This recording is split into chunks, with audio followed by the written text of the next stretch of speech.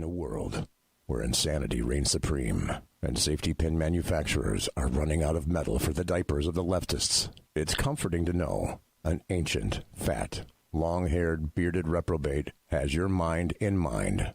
Ladies and gentlemen, boys and girls, children of all ages, broadcasting behind enemy lines in occupied California, and despite every attempt by the SHR Media Network to revoke his shameless contract, we return to the bloviating Zeppelin's Berserk Bobcat Saloon. You're listening to Late Night Radio on the SHR Media Network. Caution, there will be mature themes explored and potentially adult language used. If conservatarian words, phrases, certain concepts, or rhetoric offends you, tune out now. Uh-oh, guess what day it is? Guess what day it is? Huh? Anybody? Julie, hey, guess what day it is? Oh, come on, I know you can hear me. Mike. What day is it, Mike? Oh, you magnificent bastard, I read your book. I drink your milkshake. How dare you? I call that bold talk for a one-eyed fat man. Fill your hand, you son of a bitch! Of course you realize this means war. Freedom is never more than one generation away from extinction. We didn't pass it on to our children in the bloodstream. The only way they can inherit the freedom we have known is if we fight for it, protect it, defend it, and then hand it to them with the well-taught lessons of how they in their lifetime must do the same. And if you and I don't do this, then you and I may well spend our sunset years telling our children and our children's children what it once was like in America when men were free. I have come here to chew bubblegum and kick ass, and I'm all out of bubblegum. Welcome, one and all. I am the bloviating Zeppelin, and you're in the saloon. Today is Tuesday, February the 2nd, the year of our Lord 2021. Anybody else like me? I cannot easily pronounce the word February. February.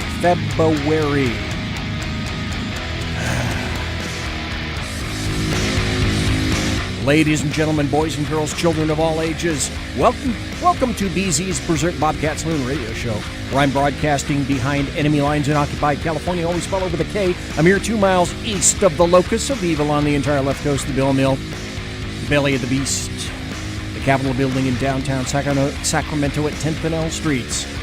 And at the end of the show, when I exit the plush, resplendent, sumptuous, and palatial SHR Media Studios, I'll be smelling the odoriferous stench of sulfur, brimstone, and evil emanating from downtown Sacramento. And be forewarned, what you're about to hear for the next 2 hours consists of my opinion and no one else's. The saloon is serving stiff drinks, facts, history, logic, rationality, proportion, context, tradition, intent, and common sense out the front and the back doors, depending on the fear porn quotient today. In California, always spelled with a K. Remember, we don't water our drinks, just like we don't water our conversation, politics, religion, crime, culture, economics, race, sex, science, law. We talk about it all right here at the saloon, where the speech is free, but the booze is not. This is 2021, and I am done with bipartisanship or compromise. And understand, I am also done with the Republican Party, and that's what I'll talk about tonight. This is the new age of modern political warfare, gaslighting, lies, massive hypocrisy, half-truths, threats, and all on the part of Democrats, leftists, anarchists, aided and abetted by their propaganda organs, the American media maggots. They have all declared we are on an open war footing against you. So 2021 will be the year of retribution, revenge, and punishment of conservatives by Democrats, so let there be no mistake. I love my country, but abjure its leftist leaders and anyone who won't put America and her lawful citizens first, obey the U.S. Constitution, the Bill of Rights, uphold the rule of law, and embrace due process. Democrats, leftists, and the American media maggots say that makes me a white supremacist, along with all the other various colors of Trump voters, supporters, and conservatives. So you know what? If loving my country makes me an extremist, then I declare unequivocally, so be it. And I would wager that the bulk of the people listening to the show tonight fall into that same category. I have in the first hour an interview with a woman that I first met in college, and neither one of us took each other very seriously while we were in college, because that's what you do when you're in college. She has since gone on to a stellar career in journalism, and then also associated with individuals in the intelligence and military venues, knows tons of stuff about that. And so I'm going to play her interview, which up to this point I have not had the pleasure of doing. I would like to welcome Simone in chat, SHR chat, Sergeant Booker in SHR chat, the Alaskan, Real Mike Pasqua in chat, and Kate Krasuski in chat. Eric says he'll be along in a moment or two, and I will get Facebook going here in just a moment. After we have the tete-a-tete with Susan Katz Keating, when you hear her, you will realize that she's one of a few of actual damned journalists left here in the United States, which is why I always want to have her on. Her problem is she'll almost never know from week to week where she's going to be around the world. And she does travel all around the world. She has written for Soldier of Fortune magazine. She's written for a ton of people. So when I conclude speaking with her, then I'm going to tell you in some detail why it is that I've said, beginning last week, that I'm not voting for the Republican Party again. And I felt it was worth delineating to people why it is that I'm not going to, and why you should at least consider that approach. Now, for those of you who are going to disagree, and I would wager there may be 1 or maybe even 10 metric tons of you out there, you are welcome to call in following the interview. As a matter of fact, I should tell you this. I am streaming live on Facebook, the SHR Media Facebook page, streaming live there, SHR Media on Facebook. I'm also streaming live on the SHR Media YouTube channel, so you can watch in both locations, and or you can come and just listen to the show like a lot of people are doing right now, and go to shrmedia.com, shrmedia.com. From the first page, the home page, click on Listen and Chat. Boom, you'll go right to the chat room. A ton of great people there, RTFN. So you can watch the show, you can listen to the show, you can chat with a lot of great people. I invite you one and all. For those people who just tuned in here, I would ask, pretty please, because I'm such a crappy self-promoter, share the show. Share it onto Twitter. Share it on Spreaker if you're listening on Spreaker. If you're listening on Facebook, please share it on Facebook. If you're listening on YouTube, please, pretty please, share it on YouTube as well. When the interview is over, and it should take me probably not quite to the top of the hour, then I'll be telling you about why it is that I've decided that I'll be not voting for the Republican Party again. I should also mention this. In the not too terribly distant future, Eric Thompson from Magabook, MAGABOOK.com, is going to be offering 3 of us here that know each other, that do shows, the ability to stream our shows in an audio fashion on his page. Those persons going to his page will be myself and Kate Krasuski, who is currently in the chat room right now. Welcome and hello to Kate. Kate has a show on Thursday and Sunday nights called Around the Campfire with Kate, and she'll be streaming on Magabook in an audio fashion like I will.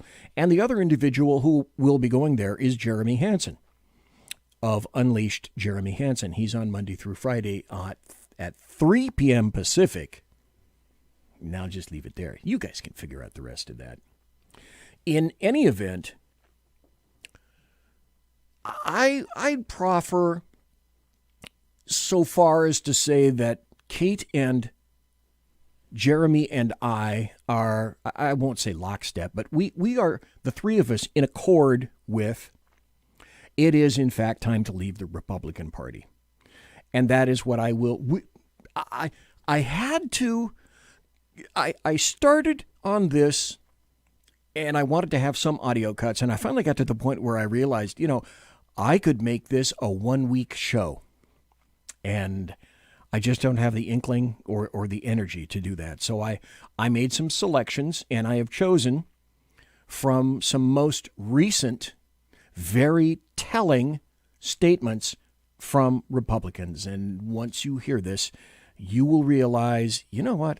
Honest to God, at this point, that's really all I need to know about the Republican Party. That's it, and no more at all. Conservative media done right. You're listening to the SHR Media Network. Well, ladies and gentlemen, boys and girls, children of all ages, we are back. And my most distinguished guest tonight is Susan Katz Keating. She is an acclaimed military and intelligence expert who we've had on before. The last time Susan was way back in 2018. But I should remind everybody that she's also a journalist, a writer, and author of at least 223 books, and she produces an average of roughly one book every 8 hours. Kind of an underdog. When she's not writing, she fills in as an accredited emergency room doctor at Walter Reed Hospital. She teaches advanced thermodynamics in applied nuclear astrophysics and quantum mechanics with an emphasis on Schrodinger's cat at MIT in Cambridge. In her spare time, however, Susan Katz Keating keeps her aviation hours up as a master pilot in the Lockheed Martin C-5M Super Galaxy. Flying for the United States Air Force out of Westover Air Force Base in Massachusetts, she's certified to teach the instructor pilot course IPC for the Boeing Sikorsky RAH-66 Comanche attack helicopter, as well as the Sikorsky HH-60 Pavehawk. When she's not doing this, she's working in concert with the Cray Corporation via the Cray XC50 accelerated liquid-designed and cooled GPU supercomputer, which develops a peak performance of 500 petaflops, in order to assist in the design of gas bubble cavitation effects to encompass an object traveling through liquids, with the end goal being a supersonic cavitating submarines. So as you can clearly see, Susan Katz Keating is an underachiever. We've had her on here before. She has even more accreditations to her point. Now, this part is true. Susan Katz Keating is the author of 9 books. She's got her own author page at Amazon.com. She used to have her own blog, but unfortunately the Russians attempted to hack it, and as a result, 4 Russian computer techs were killed in Novosibirsk when she took psychometric umbrage to the situation. Yeah, she can kill you long distance with the power of mind. She can also be found on Facebook and on Twitter at @SKatzKeating. So someday she'll actually accomplish something in her real life. Last time we went real back into your story and whatnot. But for the people that haven't heard you before, you're a journalist. You've been a journalist for quite some time. Well, stop.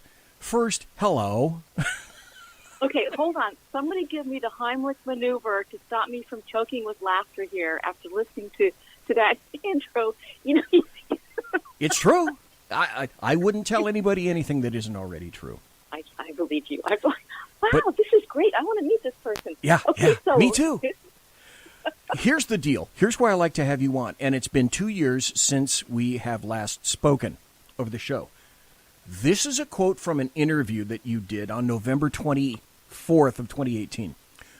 Susan Katz Keating, I wrote this down because this embodies what I consider to be a true journalist. It's so important, this is your quote, it's so important to maintain neutrality and to be aware if and when you feel your personal beliefs creeping in. No one, of course, is a robot, but we as journalists have to make sure we keep facts and opinions in their own lanes. If reporters want to give their opinions, they're no longer reporters. They are advocates, in which case it's time to leave the news desk and maybe join the op-ed page. As I do frequently on the show, I say, and that means that's a point well made. So the other thing is that I want to go back to, When I had you on the first time, you said this, and I'm going to play it now because this embodies what I believe all journalists should be. You've been writing for a long time. You got your start. You kind of got your chops going in Dixon for a real small newspaper there, and you said you went over to the Washington Times.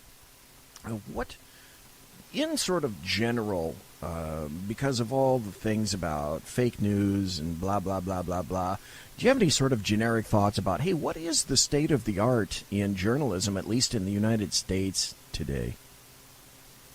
Well, I do have some thoughts on that. It's evolved, I think, quite a bit from my very early days. And, like when you and I were doing campus journalism, right, we had a particular mindset, which was, we could not be biased and we couldn't have affiliations. And I remember when I was at the Dixon Tribune, my first editor, before I became the editor, said, I just want you to know you can't register for a political party. Okay, listen to this, folks. This is astounding. You can't join any clubs. You can't vote. You can't be affiliated with anything. You have to be a neutral person, and you have to keep yourself apart from what you're reporting on so that you won't be biased. And I took that to heart, this whole notion of you really do have to be an unbiased chronicler of human events. And then over the years, I've seen that attitude drift away among my fellow journalists. And there are still a lot of us. I think most journalists now will register to vote, or they will join a club somewhere. But what I've noticed is that a lot of journalists in the big legacy media outlets, especially, they don't really try too hard to hide their bias. So that was true then. Do you think, Susan Katz Keating, that's kind of the state of the art of journalism in 2020? Wow, yes, I think even more so. It's become really pervasive. So like when you turn on big legacy media stations, particularly like on television, you see these alleged, they're supposed to be neutral journalists, but they're really not, and they actually don't hide it at all. They even just go to the lengths of, they make faces, they act horrified, or they shake their heads, or some of them shed a tear. They're not neutral. And anymore, in my estimation, you can't tell a standard news article in many outlets from paragraphs in the op-ed page. I don't see that as sustainable. I don't get that part. And I'm sorry. Go ahead, Sue. No, I'm just echoing you. It's very troubling to me. It really is, BZ. Okay. Enough of that. That's a situation for another day. Your most recent articles are what I'd like to talk about now. You can be found now at the Washington Examiner, where you're, I believe you're a staff writer, senior staff writer? I'm one hop ahead of you here. I'm at Just the News. I'm chief national security correspondent at Just the News in Washington, D.C. Okay. And is that primarily where you write right now? Yes, it is. Okay. And isn't that the place that John Solomon started because he kind of got upset and fed up with what others would call the mainstream media? He founded it, absolutely. Yes, he did. You know what? In terms of John Solomon, I would readily put John Solomon and yourself in the here's a handful of actual journalists left. But again, that's a story for another day. I know you're in great company. But I want to focus on your Just the News article that was updated on December 16th. And the headline on that was, Pentagon imposed emergency shutdown of computer network handling classified material. Okay, that got my attention. Then the header under that says, the system known as the Secret Internet Protocol Reporter Network. CIPRIN? Is that what it's called? CIPRINet, yep. CIPRINet, okay. Handles classified information up to the secret level.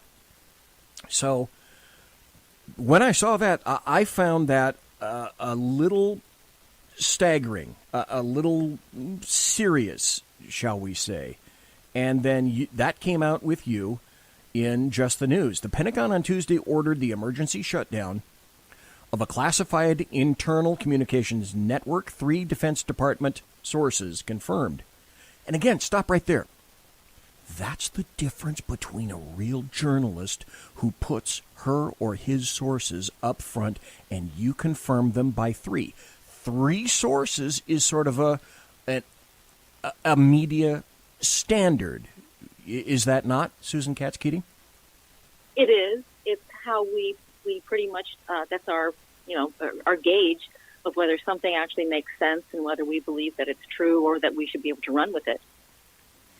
The unprecedented daytime shutdown comes amidst recent revelations that other federal agencies like the Department of Homeland Security were breached by hackers.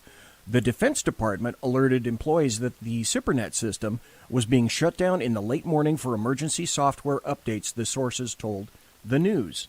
Okay, like I said, Susan Katz Keating, my first thought on this was, oh my God, this is huge, and you've got it.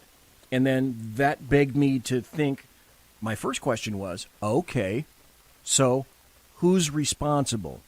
Is this a random phishing cruise through DoD files by the Chinese Communist Party or the China-backed APT-41 hacking group? Was this another in a series of hacks by China? Or who was involved, Susan Katz Keating? Do we know?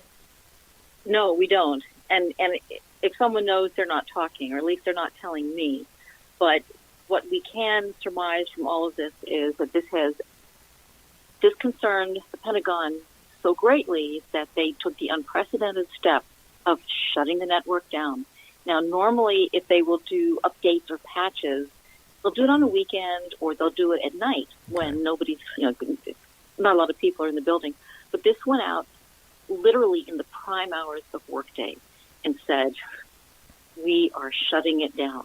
And they did. And apparently they did maintenance. Who knows, maybe they looked for the source of whatever they were looking for. Maybe they already had it, but they were patching it. And now the system is back up. But the fact that it was done on an emergency basis tells me that the Pentagon does not overreact. They're very careful, and they proceed apace and accordingly. And for them to act this fast, this swiftly, tells me that they were very concerned. Okay, we are both not in our 20s, and I don't make this observation as a slight, but I say you are a senior analyst, observer, researcher, and author with regard to, and your background is steeped in military and the intelligence. Would that be accurate? Yes. Okay. Having said that and established that baseline, have you seen or heard of anything like this happening before to essentially the Department of Defense or any critical infrastructure like this, where it affected that in such a major way? No, I have not. And I asked my sources, have you ever seen this happen inside the building, inside the Pentagon? And they said, no, we have not.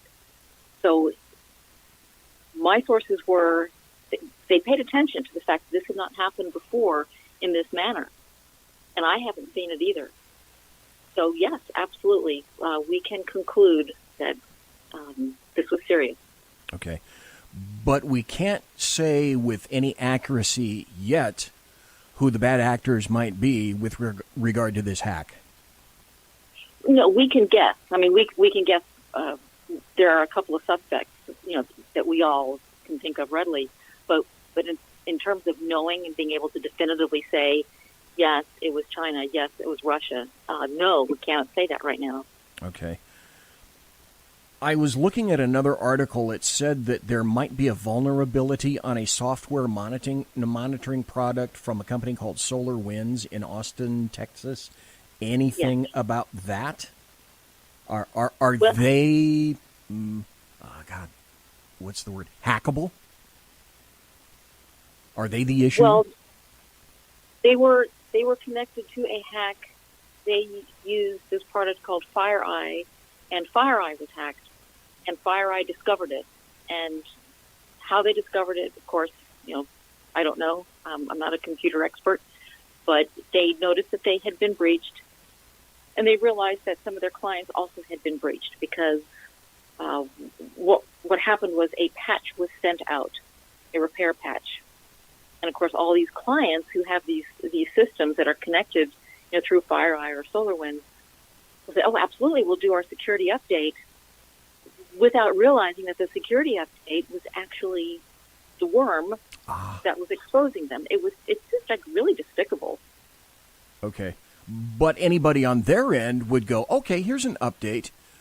I allegedly trust this source, so boom, there goes my update." That seems logical to me. Well, and how many times do you get a notice on either your laptop or your cell phone that says "Update now available"? Install now, or it will install tonight, and then boom, in it goes, and you think, "Great, I've now got the latest, security feature on my device." Well, what if it were malware instead? You'd never know.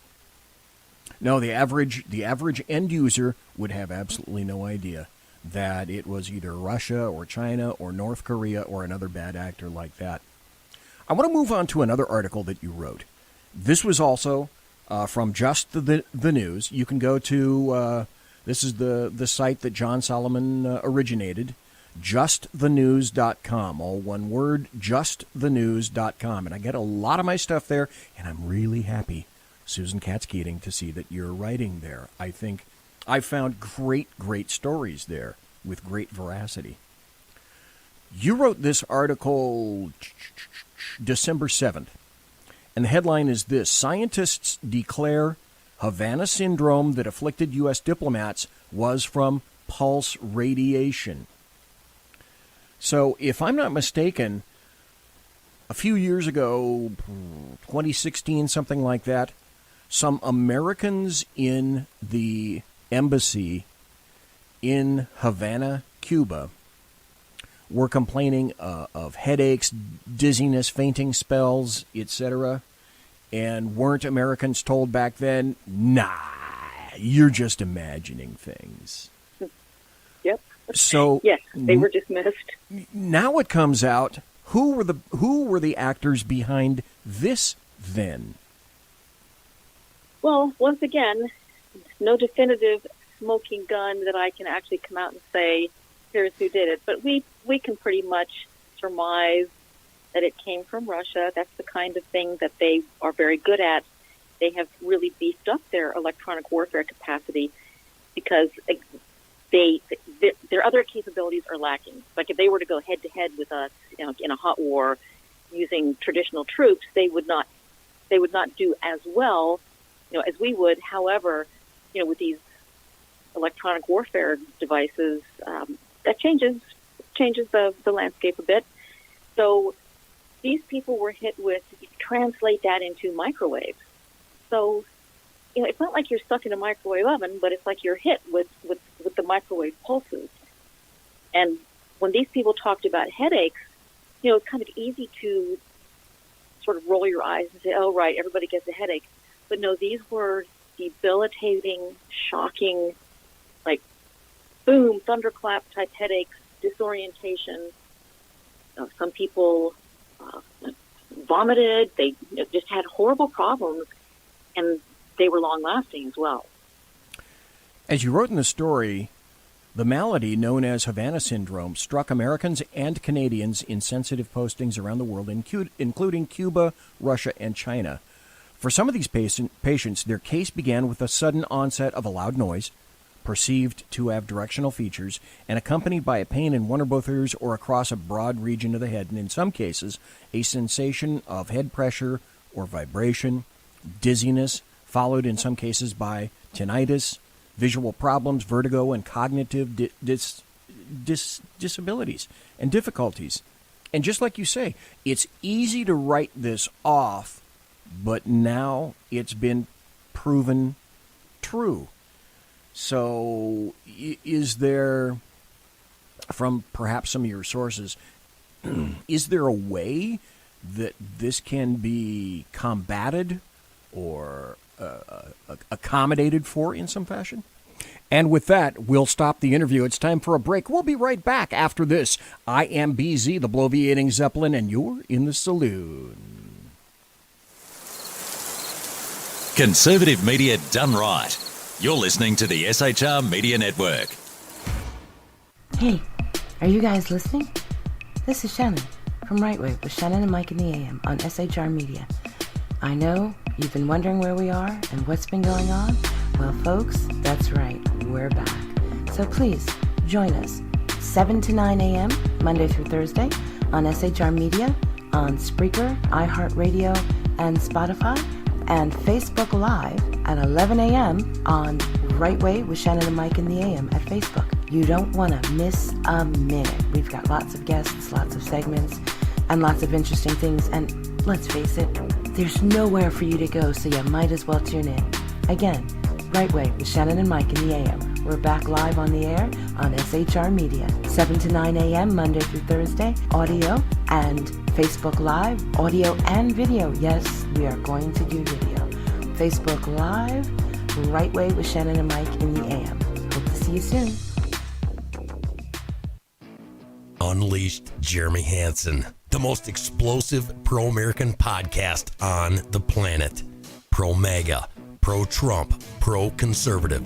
Come join the resistance. Fight for what really matters in America. 5 p.m. Central on UJHLive.com, Spreaker, iHeartRadio, Pandora, or MAGAbook.com. Come join the resistance and fight for America. Unleashed Jeremy Hansen.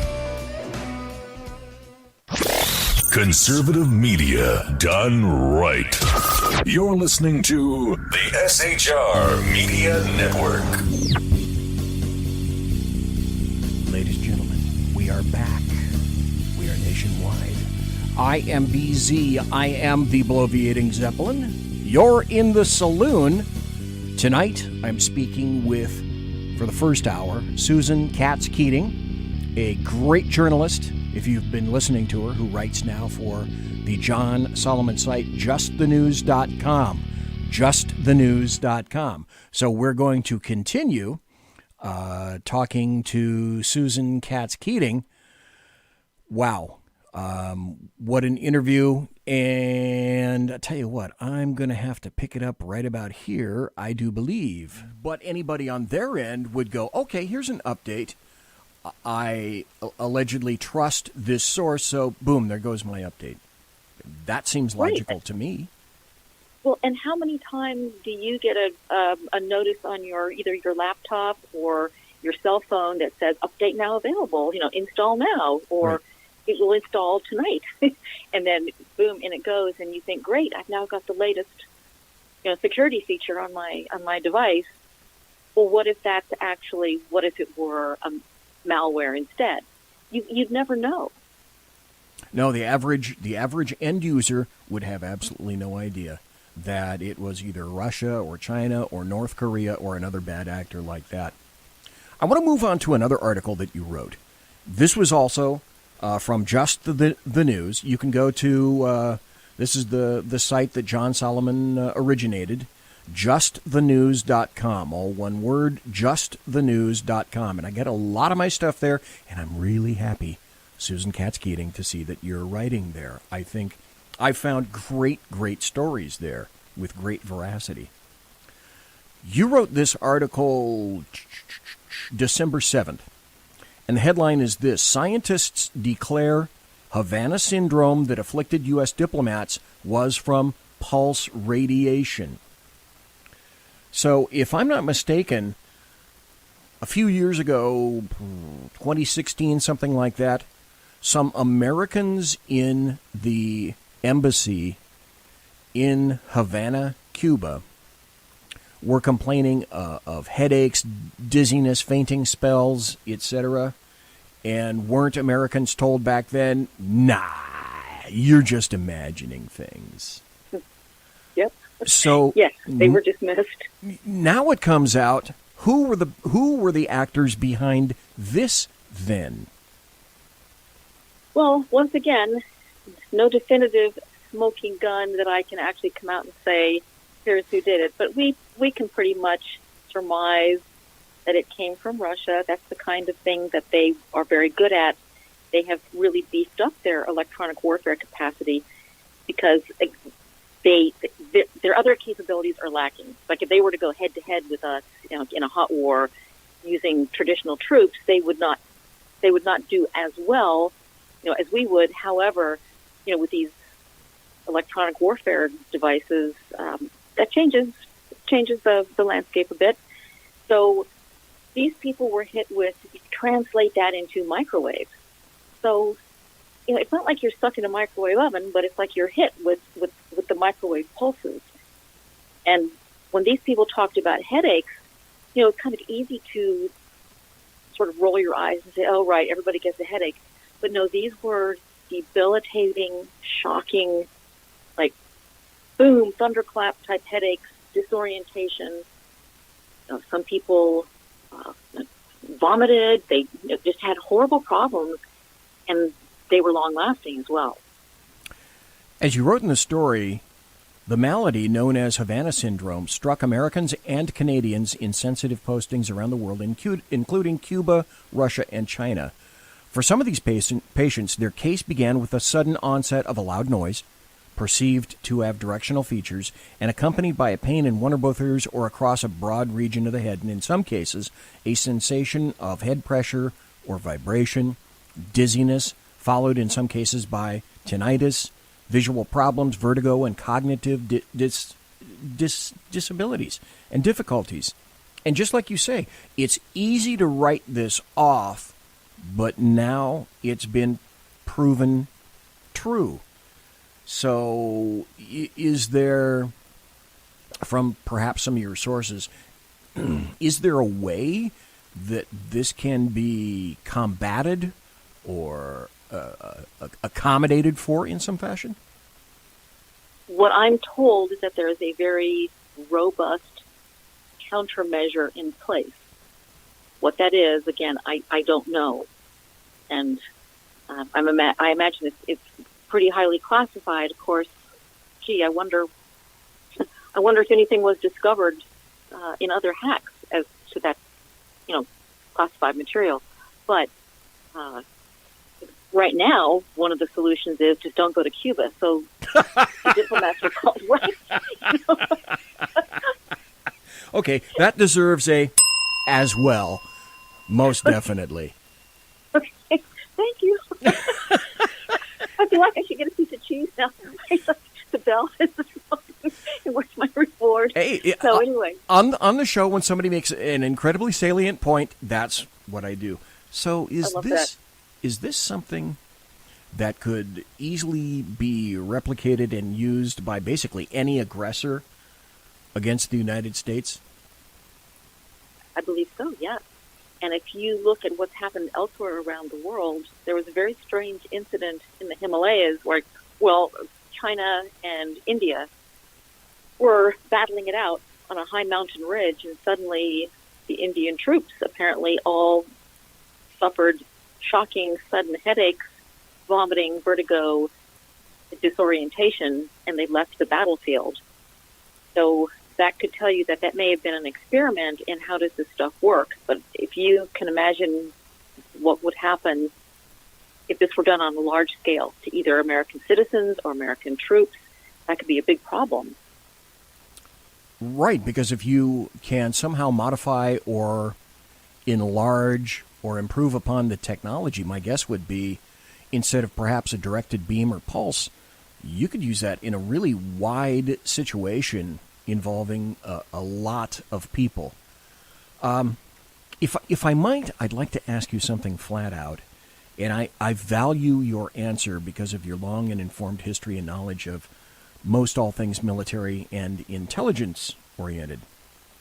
So, Susan Katz Keating, if you had to say at this point which one, what do you think is likely the most immediate and existential threat to the United States of America right now? Is it Russia? Is it China? Is it another country? You know what I think the threat is? I think it's complacency within the U.S. It's people not paying attention. However, that aside, I think Russia and China are both very robust competitors, but China has greater ambition. They are far more directed, and they're putting way more people into their operations than Russia is. So I would put China at the top of the list. Okay. Two more general areas to talk about, because I know you got to go here pretty soon. I want to talk about the military for a moment. To me, it seems like our military forces are in kind of a bit of a twist. Folks in the Air Force, for example, are cannibalizing some planes to keep others flying. Ships are needing repairs. The carrier Gerald Ford seems to be a rather expensive kind of shit show. So, Susan Katz Keating, if you were to grade the health of our military, how would you grade it? And our politics, like many other aspects of U.S. society today, but I'm not going to talk about sides, are they corroding its efficacy? Well, I would say, you know how when we were kids, you got your report card from school, and they'd give you all these different areas to grade. Mm-hmm. Like, so in the military, I would say it's really like there's a whole bunch of grades need to be applied. And the one that I think is the absolute most important, and that is the spirit of the American service member. Okay. So, soldiers, sailors, airmen, Marines, I think, and the Coast Guard. I think that there has absolutely been nothing like it seen in modern history. I can't talk about the history of the world because I wasn't around then, but there is just an amazing spirit to the American service member, and it can't be replicated, and it can't be extinguished. So there's that. The Americans can fight, and they fight very well. They're wonderful in combat and in units and individually, so they get an A+. Okay, so essentially what you're saying is, despite whatever may be occurring in the background and the foreground, the foundational aspect of our military is that morale is still pretty damn good. When it comes down to it, that morale or the will to fight is the strongest point. However, this is a pet peeve of mine, BZ, so thank you for giving me the opportunity to talk about this. Good. I believe that because our armed forces are our national treasure, if we're going to use them, we have to use them correctly, which means these rules of engagement, and you've probably heard me talk about this before, have got to be designed to help the American warfighter and not hinder the warfighter, which means you don't put them in a situation that's going to get them killed or hurt. So you don't say, well, you can only fire if the following conditions are met. And a lot of times those conditions are so legalized, that it hamstrings them, and they can't fight without being at risk of being prosecuted under the UCMJ. So I say, use them properly, allow them to fight. Could I distill that crassly down to something similar to the military should be used to kill people and break shit? And if you're not interested in doing either one of those, don't apply the tool. Would that be somewhat accurate? Yes, absolutely. That's what the infantry does. They kill things and break stuff. Okay. That's what they're for, right? So if you're going to send them over to to sort of be, well, we're going to be there, but we're not really going to fight unless we have to. It's just, to me, it's an absolute, it's a crime against the forces themselves to put them in that position. Okay, all right. I don't think you wouldn't get any disagreement with me on that or the people that happen to listen to the show. I've got sort of a final topic area to talk about here briefly. I'd like to address the state of our intelligence agencies. I think there are 17 of them these days, if I'm keeping track correctly. Is that about right? There's a lot. There's a lot. And there's probably a lot more than that I don't even know about. What do you think is the state of their health and what's their future? Because we're going from one administration to another administration, and they've got to keep things sane and centered. So if you had to grade their overall health, what might you suggest? Boy, that's a big question. I mean, it is. Each agency has sort of its own state of health, but as you know, they've gone through lots of periods in the past where things they weren't going so well, and they had to be reorganized. And you know, like my biggest concern for the intelligence agencies is who has been penetrated and to what degree. So that's my concern, is the security, which I don't know what it is. Like, I really don't. Okay. My overall thought on that is that, to me, and I'm looking for some input by you, and then we'll kind of wrap it up. It seems to me that when people tell me, especially in the intelligence agencies and looking at history, when they attempt to claim to me that they are unbiased and apolitical, these days I kind of have to call BS on that. And I'm not talking about this reference. I'm not talking about the Indians, but I'm talking about the chiefs. I'm talking about the people at the top generally. Any overall thoughts on that? I think perhaps that's what I meant more pointedly in terms of the health of the intelligence agencies. Are they getting politicized too much? I would think so, and I think in a large degree they have been politicized. And then when you have, for example, FBI agents who are openly advocating for one political candidate over another, that is a problem. Yeah, that's a big problem. Well, I thank you for being here. I want to bring this up because it made you laugh last time. I'm going to see if it makes you laugh this time. Last time I called you, Susan Katz Keating, I called you a 21st century Bedouin with a go bag. Are you still a 21st century Bedouin with a go bag? Actually, yes, I am. So, I am. Are you still, basically, you said you were around D.C. or living around D.C. Are you still on the go all the doggone time like you were? Less, but yes, I am. I'm on the go, maybe not on a monthly basis, but on, like maybe a bi-monthly basis. So yes, I stay on the move. And overall, isn't that a cool kind of thing? In other words, you've seen so much and been so many places all around the world. Would you trade it? No, I would not. I really would not. Okay. I wouldn't fun. either. I think that'd be so way cool. So way cool. Well, you chose your path. I chose mine. I know you're busy, but when news breaks, I'd love to have you back on the show. And I'm going to make sure that I keep looking more closely at justthenews.com, where you write, and created by John Solomon, who I have always admired. One of the last few journalists left in the United States of America. Anyway, when some kind of news breaks through Just the News, I'd love to have you back on the show if that's okay with you. Oh, I'd love to be on. Yes, absolutely. Okay. And maybe at some point we can regale your listeners with tales of our childhood. Oh, yeah. My gosh, when there's more time.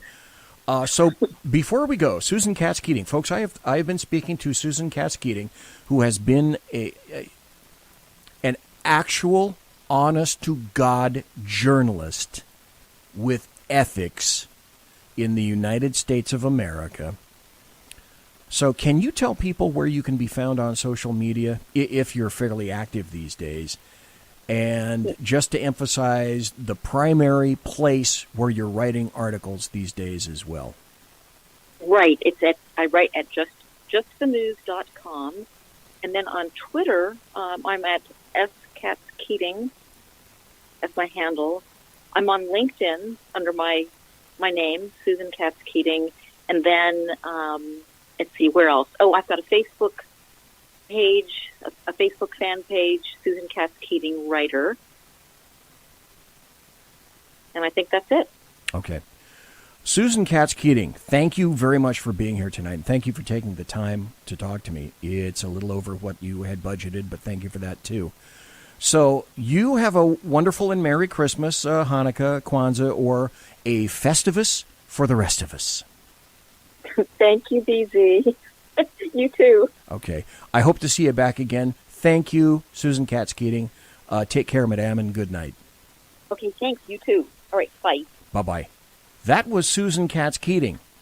Great journalist. Wish I had more time because she knows what's buried under all the rocks and what kind of skeletons are in all the closets. So, thanks for listening. That was Susan Katz Keating. And of course, there's more. There's always more. Ladies and gentlemen, boys and girls, children of all ages, you're listening to the Bloviating Zeppelin's Berserk Bobcat Saloon radio show here on the SHR Media Network. Jump into our sumptuous and palatial chat room right now at shrmedia.com. Call us when the phone lines are open. Broadcasting behind enemy lines in occupied California and working without a net. You're in the saloon.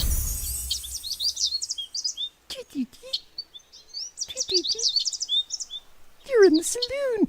That was Susan Katz Keating. What a hell of an interview. My problem with her is, oh, BZ, here you go, is that she's hard as hell to get in touch with. That obviously was recorded just before Christmas. It took me a year to track her down. An entire year.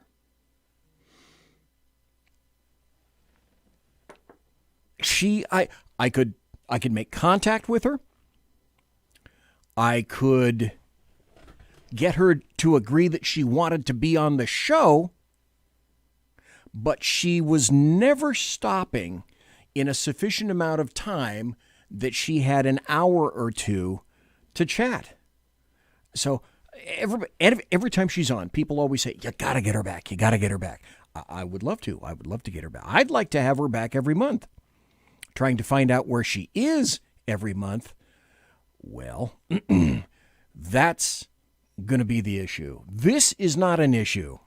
The Bloviating Zeppelin's HeyJackass.com Chicago Death Toll Update. Courtesy of Chicago Mayor Lori Lightfoot. And this is also from HeyJackass.com. HeyJackass.com, illustrating Chicago values. Final January totals versus 2020. Shot and killed 53, up by 89%. Shot and wounded 196, up 41%. Total shot 249, up 48%. Total homicides 54, up 46% versus 2020. Week in progress, January 31st to February 6th, shot and killed 2, shot and wounded 6, total shot 8, total homicides 2. Year to date, come on, it's only February 2nd. Give these folks a break. Shot and killed 53, shot and wounded 198, total homicides 54. Well, like I say, the year is young. Okay, the 2021 Chicago shot clock looks like this. A person is wounded every 3 minutes and 5 seconds. A person is murdered every 14 minutes and 13 seconds. Well, with this caveat, however, this past weekend, here's a story from Chicago Sun-Times. 51 shot, 5 fatally in Chicago this weekend. The weekend's latest fatal attack occurred Sunday evening in Englewood on the south side. So don't think that Chicago is letting you down per se. Let them get into the spirit. Let folks, everybody everywhere, get into the spirit of 2021. 5 people were killed and at least 16 others wounded in shootings across Chicago this past weekend. The weekend was less violent than the weekend prior, as a winter storm dumped nearly a foot of snow by Monday. Well, that's why they were impacted from doing their job. It was the snow. My God, City of Chicago, snow removal companies, where have you been? Last weekend, 31 people were shot and 7 were killed between 5 p.m. Friday and 5 a.m. Monday. So fear not. There is a lot of stuff occurring in Chicago. Now, I am going to go into my litany of reasons why I'm no longer funding, supporting, or voting for the Republican Party again. However, I noticed that I have a caller, so please chime in, mystery caller. How you doing, BC? Hey, not bad. Wait, folks. That means that it's Jack Alexander. And if it's Jack Alexander... It's a magical step into the future. Tomorrow's news today with Australia's Jack Alexander. Here in the Berserk Bobcat Saloon. So, Jack Alexander from Australia, what's tomorrow really look like? Go ahead. Hey, can I have... Damn it, mister! You will never give me the winning lottery numbers. I'll split them with you. If I had the if I had the winning lottery numbers, put it this way: if I could get the winning lottery numbers for this week, I would be happy to give you next week's winning lottery numbers. Oh, thank you. If you gave me tomorrow's lottery numbers today, and I filled it in and submitted it, I would definitely give you a cut of the take. I see how that works out. Yeah, but see, you're better off playing it here, because under Australian lottery laws, you don't get taxed on your winnings. Really? Are you serious? No. You can win a lottery in Australia, and there are 0 federal, territory, or state taxes on what you win. Is that what I heard you just say? That is correct, with the exception of professional gamblers like bookmakers, and like if I went back to playing poker on a semi-professional level, I'd have to pay tax on any of those winnings. But for your average everyday schmuck in the street, if they pulled off the Powerball tonight. I think the Powerball's tonight, or is it Mega Millions? It doesn't matter. If they won the lottery tonight, they would not be charged any income tax on it. The interest that it earns after they bank it, yes, because then that interest becomes an income. Right. Well, then, because it's in an official bank, savings and loan, or wherever it is that you decide you're going to keep it. Yeah, I get that part. But, I mean, the irony of what's going on at the moment, you can't, with all the COVID stuff that's going on now, I've been watching Joe Biden's executive orders pretty closely, because I knew that the Democrats were going to do a lot of things with regards to, as they call it, immigration reform. Air quotes. And, massive air quotes. Immigration reform. But Elizabeth Warren, immigration reform, Jack. You can't come here, Jack. Look, when you bring up Elizabeth Warren, I still want to get one of those DNA tests done to prove that, this little black duck that was born in Australia has more American Indian in him than she does. Could you imagine how we could use that to metaphorically bitch slap her around? Oh, my God.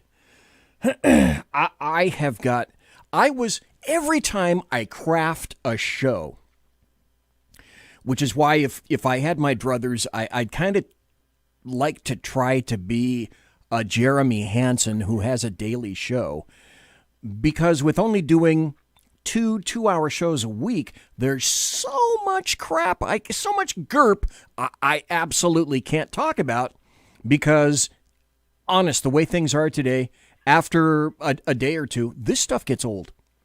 It has a shelf life. Yeah. And then it disappears. And there's so much stupidity out there that no one knows about. Jack, can you hang on for about a minute or so? Certainly. Okay, we'll be right back after this. Conservative media done right. You're listening to the SHR Media Network. It's it is Jack. He that is me, bringing perspective from across the sea. Join me, Jack Alexander, 4 days a week for the Jack Alexander Experiment podcast, as I take a unique outsider's look at the news and issues affecting life and liberty here in the USA. I'll show you what the mainstream media refuses to. Politics, border security, defense, healthcare, travel, nothing is off limits. Catch the Jack Alexander Experiment podcast each Monday to Thursday on Facebook, YouTube, and everywhere good podcasts can be found. Also, check out the website www.jackalexanderexperiment.com. It's your business diva here, Melanie Collette. I am inviting you to a front row seat as I discuss some of the most intriguing details of wealth and finance with today's movers and shakers in the world of business. Listen in and discover financial truths on a global, domestic, and household scale. Uncover topics that will impact your wallet today and in the future. Money Talk with Melanie airs Monday through Friday, 5 p.m. East, 2 p.m. West, right here on SHR Media and High Plains Pundit Talk Radio. You can't afford to miss it. After 6 years covering terror and corruption, the Unpleasant Blind Guy is making a change. I'm Dave Milner. Join me on Spreaker and YouTube through SHR Media and on the Western Free Radio Network as I team up with Jeff Mitchell, host of the English Defense League radio show on blogtalkradio.com. Check show pages for airtimes. It's the Unpleasant Blind Guy. On EBL Radio. There's no surrender, ever. Because truth is not always pleasant. Conservative media done right. You're listening to the SHR Media Network. And we're back. That's the first hour gone that fast. The first hour we had an interview with SUSAN Katz Keating, my favorite journalist. Period. End of statement. As everybody knows, you can count what you would consider to be good journalists on, I don't know, one hand, maybe two hands at most, if that. So let me throw that out there. Folks are in chat. Also in Facebook chat, because I'm looking at... Here's the deal about Facebook chat.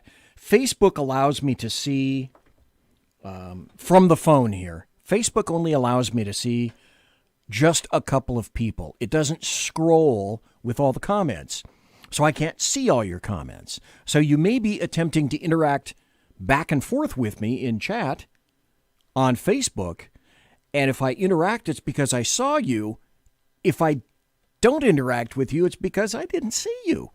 That's what Facebook does to me.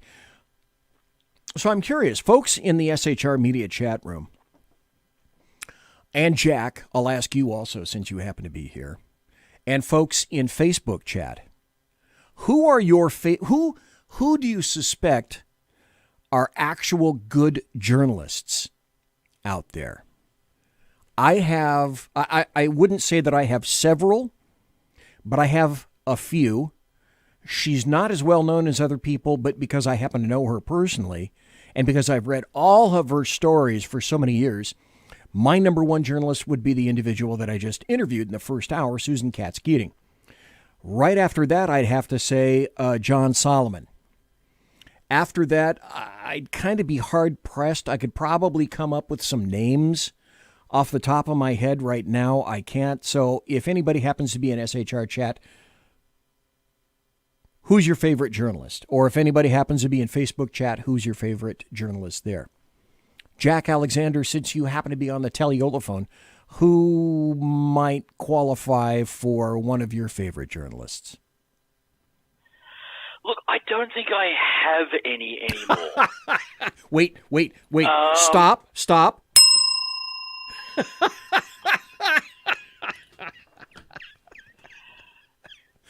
Okay, I'm sorry. Go ahead. There were people that I admired when I wasn't doing news and commentary in my broadcasting career. But the deeper I went down that rabbit hole into what I'm doing now, and I look at the people that I admired, I sort of look back at the stories that they did, whether they were American journalists or, I had a lot of admiration at one stage for Barbara Walters. Now she's on, my top 5 list of biggest sellouts out there. Yeah. But I actually lost all respect for Barbara Walters when on that stupid daytime talk show that she started back in the early days of it, before it got really messed up with the likes of Whoopi Goldberg and all of those other hags and has-beens. She's there demonstrating a urinal device so women can stand up and take a whiz. And I'm thinking, hang on, this is one of America's most respected journalists, and she's demonstrating women standing up to take a piss. Beautiful. Yeah, that moment just ruined any respect I had for her. There was an Australian journalist who did a nighttime current affairs, sort of news type commentary show, and he also was a long-time host on the Australian version of 60 Minutes, a guy by the name of Ray Martin. And in the early stages of his career, incredibly ethical and impartial in the way he covered news. But as the career, I don't know whether it was pressure from the network or the producers of 60 Minutes, but the longer he was on that program, the more of a sellout to checkbook journalism he became. This is very interesting. And folks, we're talking to Jack Alexander. He's been on the show before. Ow, where's my manners? Damn it. I did play your promo, but Jack, before we go any further in terms of manners, tell people about your show and where your show can be found, sir. What? Yeah, I'm still getting used to. I'm still getting used to being called sir because when I got involved with the U.S. Air Force Auxiliary, I went in as a second lieutenant. So before then, my military career was all as an enlisted man. But the show is the Jack Alexander Experiment. It's available on a ton of social media and live streaming, usually around the 7 a.m. Eastern time. It's live streaming now on Facebook and YouTube for as long as they let me. This week we also started... I shouldn't laugh. We're all in the same predicament together. We're all in the same damn bus, and it's about to careen off the mountain. Yep. This week I also started live streaming to Twitch. Really? Live streaming? Okay. They actually have a news and podcasting section on Twitch, although you've got to catch it live because they're not very good at archiving old shows. But if you want to catch the archives of this year's shows, you can find them on Rumble. I started using Rumble as a backup repository for all of my shows that I'm putting out this year. But I live stream to YouTube as well. You'll find all of this year's and last year's shows on there. Everywhere good podcasts can be found, and hopefully very soon that will also include Audible. Okay, good point. I should like to point out that it's not where crappy podcasts can be found. Because if you were thinking about literally going to crappodcasts.com, don't go there because you won't find Jack there. Get it? You won't find Jack there. BZ made it funny. In any event, I'm looking at the chat room in SHR, and Mike Pasqua made a very interesting point about some of the other people that he thought would be good journalists or are good journalists. And he mentioned Sarah Carter. I would completely concur. And Cheryl Atkinson. You can pretty much guarantee that Cheryl is going to be using about as much equanimity as is possible. I kind of like the way Laura Logan reports. She doesn't tend to get much into politics, so I don't quite know on which side of the aisle or the razor blade she falls. And also, Jeremy Hansen in Facebook chat said Shane Trejo of Big League Politics, which is very interesting. Because if you live in the political realm like I do, I'm finding it's not massive. Oh, Kate says, East Coast time is late. Good night. She's going to go. Great, Kate. Thank you very much for being here. She says her carriage is about to turn into a pumpkin. Okay, I get it. Big league politics really is starting to get into the big league. I'm noticing more stories starting to be broken by them. And again, Mike Pasqua brought up earlier my ECPG, my East Coast political goddess, Carrie Baxter Donovan. She hasn't been here for a while. But at one point, she used to work for big league politics. And this is interesting. This is how she got her start. I'll talk about this, and then I'm going to have to get into the actual reason that I'm here for the second hour. She got into politics and became sort of a community activist / community journalist. And she did it this way. She would go and subscribe to press releases from, everyone, everywhere. And she would scrutinize press releases. And occasionally there were some sordid gems contained within that no one else noticed or picked up. And that's kind of how she got going. All she would do is just look at the press releases. This is the official information put out by fill in the blank, until she began to realize these people are lying, or they're full of crap, or they actually revealed something they didn't mean to, which I find unique. Anyway, Jack, thanks for the call. I am going to have to zip away, but thank you, sir. I appreciate your being here. You're welcome. Alrighty. That was Jack Alexander, and I am going to have to motor on along because I wanted to say this. I said it in the first hour. There is a consortium of three people, I guess you could call it the triumvirate, of folks who are generally of like mind, and we've been talking together for quite some time. It's myself and Jeremy Hansen and Kate Krasuski, and we've all been on each other's shows, and GMTA, so to speak.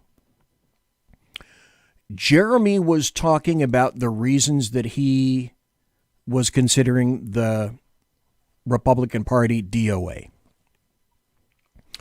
And I mentioned last week that I am no longer interested in voting for the Republican Party, and I thought, I only have 2 shows a week, so at first opportunity, I was going to avail myself of the ability to delineate specifically why I'm no longer funding or supporting or voting for the Republican Party, as in ever again. So I'll start with the making of a good presentation. When you make a good presentation, you tell people what you're going to tell them, and then tell them what you told them. So I will summarize up front. The Republicans have done essentially nothing for me or actual conservatives for years, decades. I keep hearing rumors of how they're going to change, the big things that they want to do. But just like I judged Trump, I judge the GOP. I look at deeds, not words. Now, I know what actually happened. Hundreds of old, staid establishment GOPers, what I call the OSAGOP members, they got butthurt because an upstart, a loud, brash outsider dude dared to kick every other GOP candidate to the curb in 2016. And worse, he even got elected over Hillary Clinton. And yes, you know this.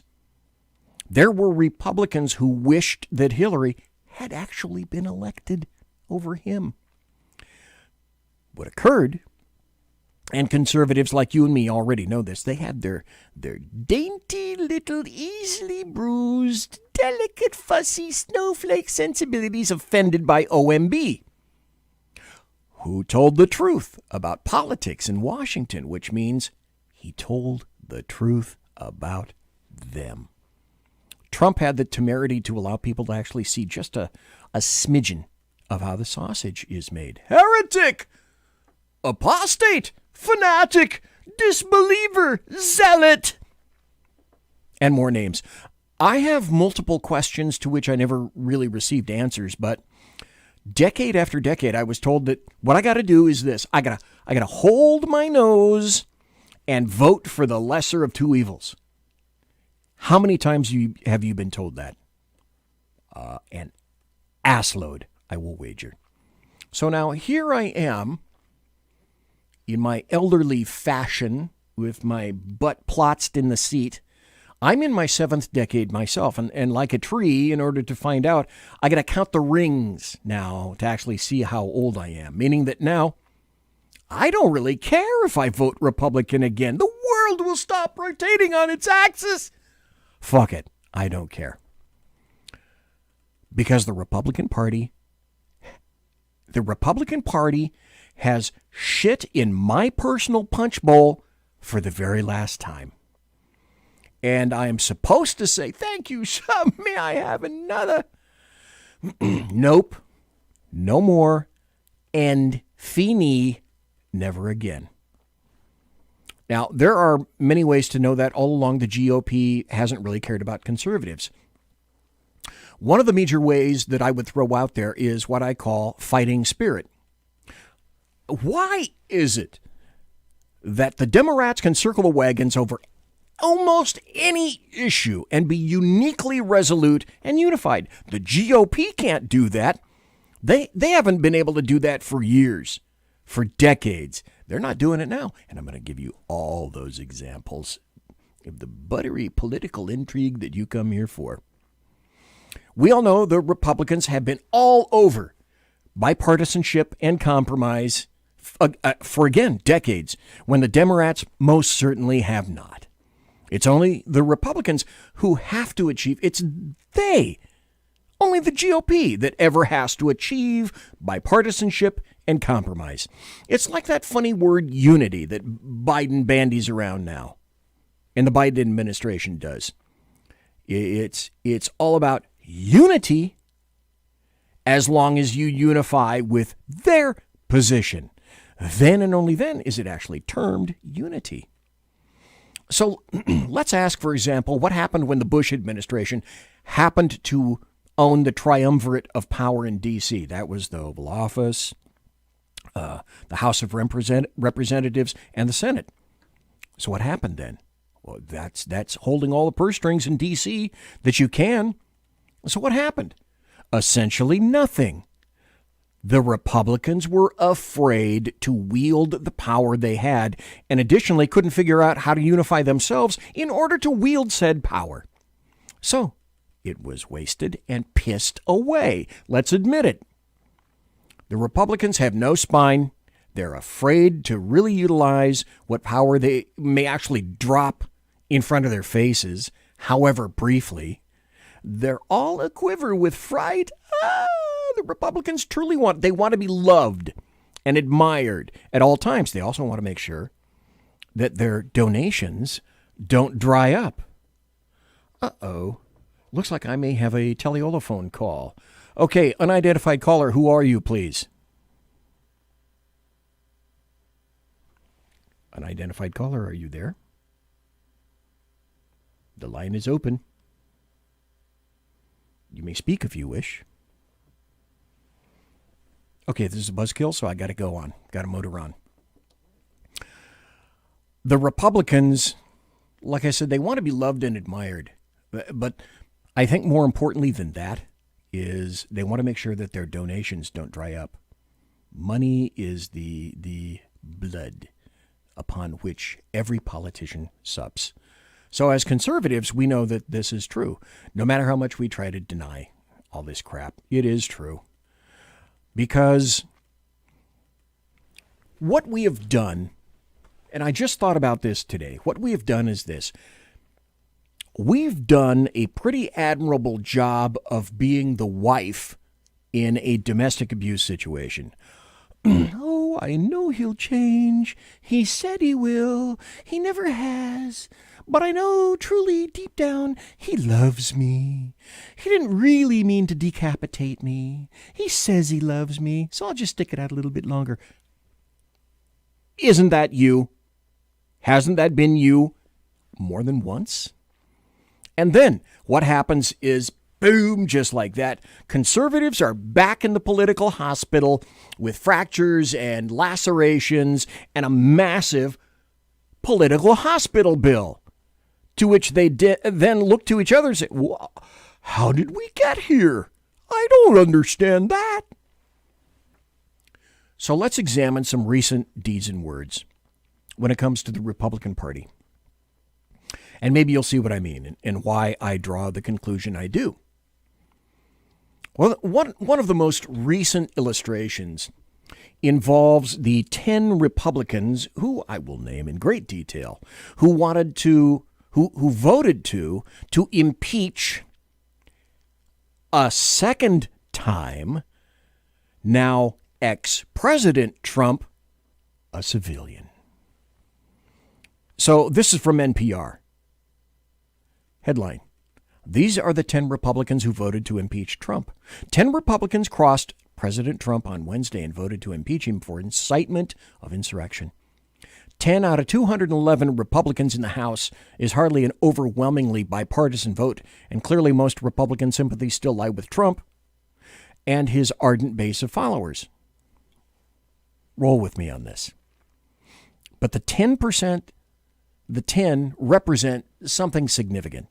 The most members of a president's party to vote for his impeachment in U.S. history. Who are the 10? And they're this.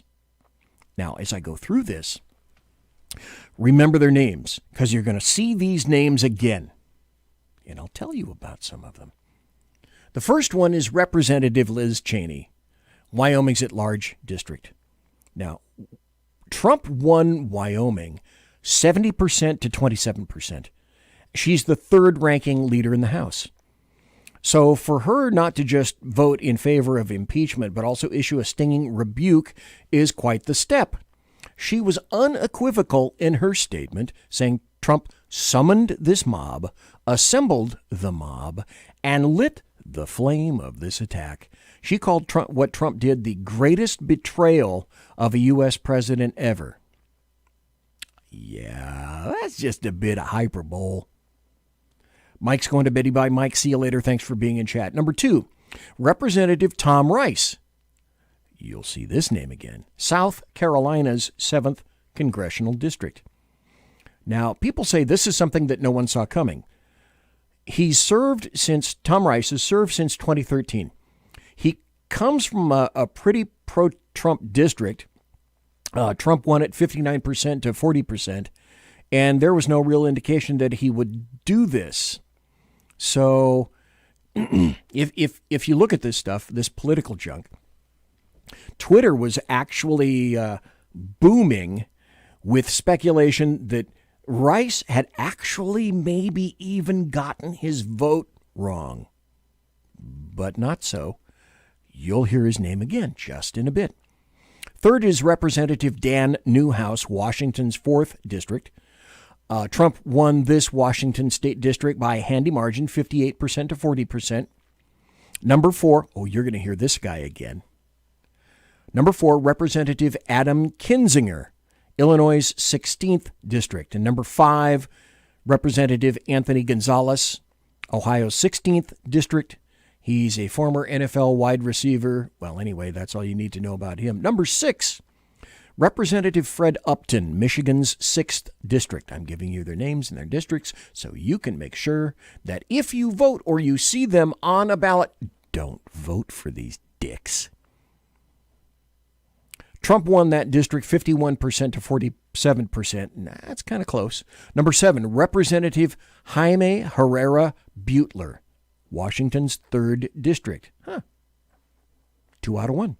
Trump won that 51% to 47%. So, okay, enough of him. Number 8, Representative Peter Meijer, M-E-I-J-E-R. I think that's how it's spelled. Michigan's 3rd District. And we can take him and get rid of him. Number 9, Representative John Katko from New York's 24th. He claims he's a moderate with an evenly divided district. And number 10, Representative David Valadao, California's, always spelled it with a K, 21st District. Why is he the only guy from California? That seems kind of weird. Okay, stop. Here's another clue about the GOP. Today, Senator Lindsey Graham of South Carolina wrote this in a tweet. He just wrote this when I was doing some of the background for the show today. I believe Liz Cheney is one of the strongest and most reliable conservative voices in the Republican Party. She's a fiscal and social conservative, and no one works harder to ensure that our military is well prepared. Yeah, hold that thought about Liz Cheney, too. I got more info for that.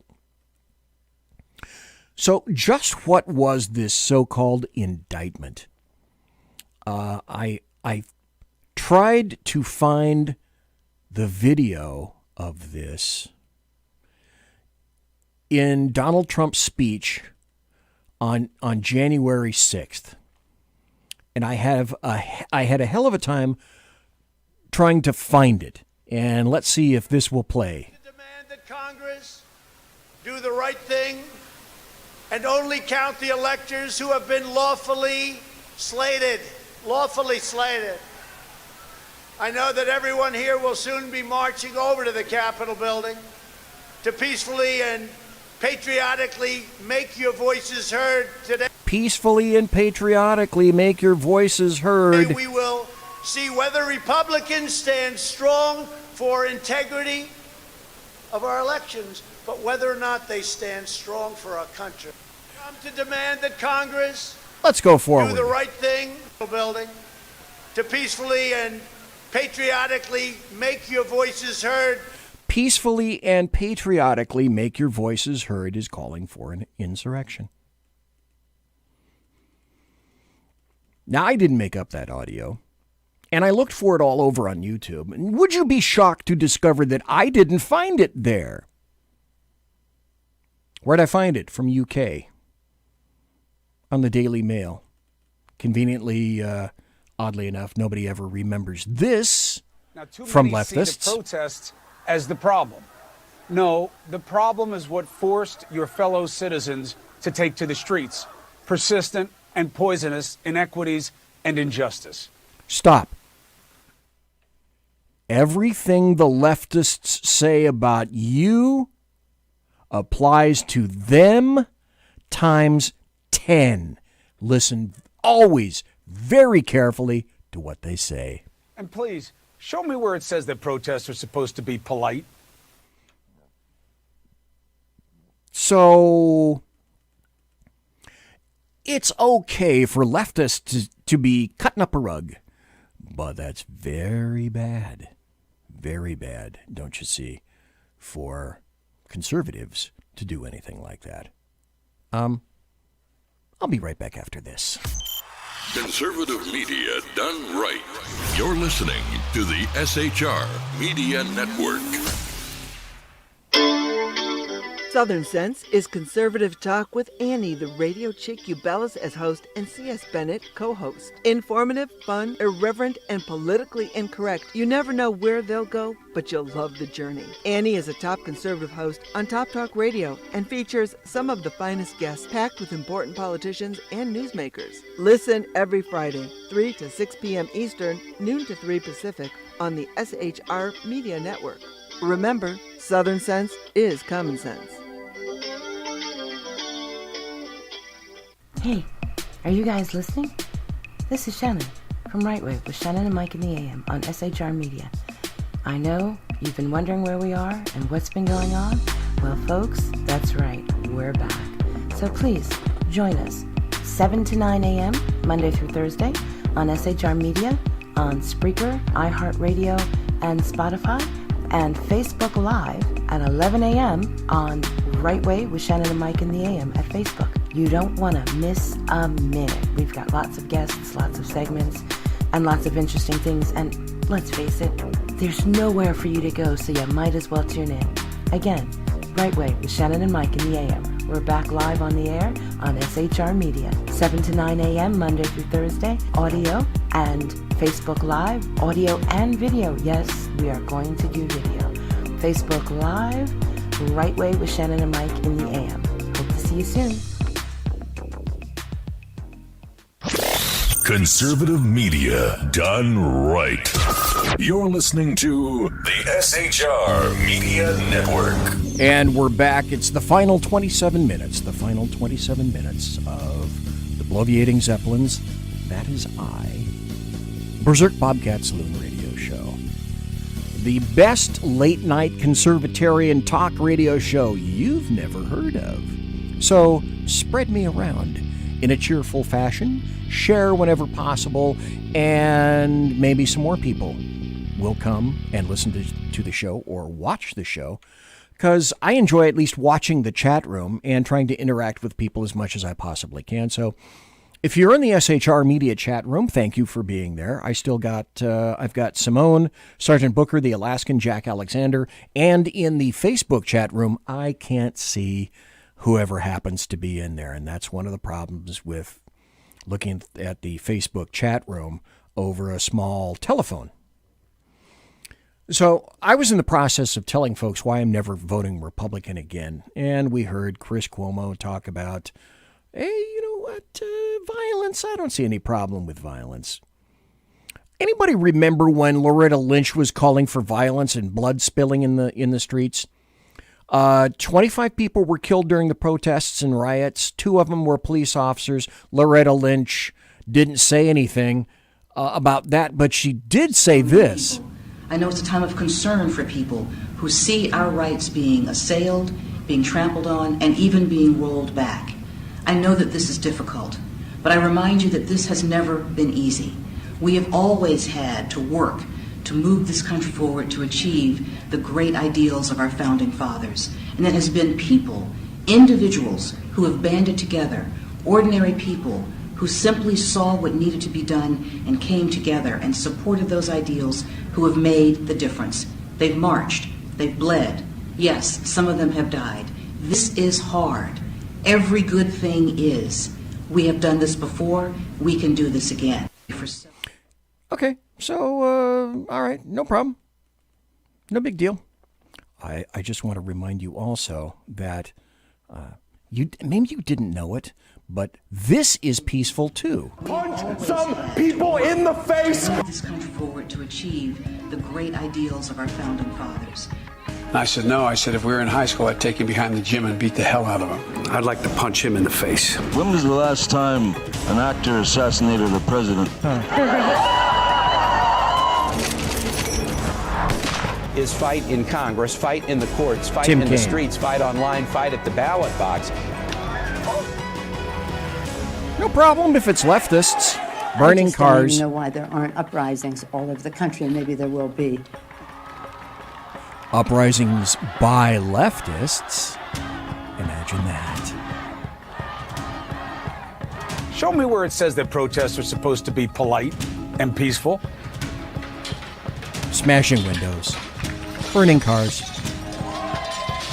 burning buildings. They go low, we kick them. You know, there needs to be unrest in the streets for as long as there's unrest in our lives. So if that's not advocacy for violence... The biggest terror threat in this country is white men, most of them radicalized up to the right. I have thought an awful lot about blowing up the White House. Enemies of the state. And if you see anybody from that cabinet in a restaurant, in a department store, at a gasoline station, you get out and you create a crowd. And you push back on them. And you tell them they're not welcome anymore, anywhere. And sadly, the domestic enemies to our voting system and our honoring our Constitution are right at 1600 Pennsylvania Avenue. I will go and take Trump out tonight. Interesting to me to see Democrats who once disparaged, who ignored the violence, I should say, all of a sudden caring about it. But let's not forget what they said previously. Speaker Nancy Pelosi downplaying the violence rocking U.S. cities, ignorantly saying people will do what they do.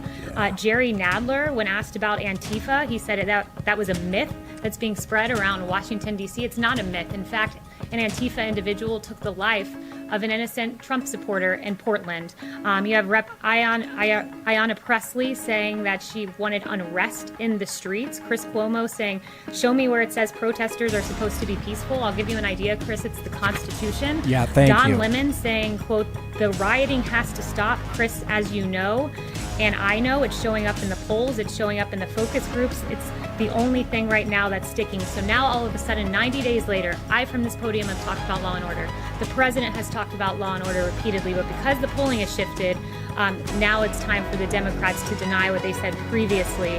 Imagine that. Democrats denying anything that they've said previously?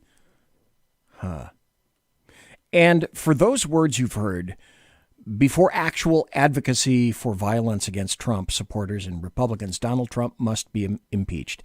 He must be impeached as a citizen out of office.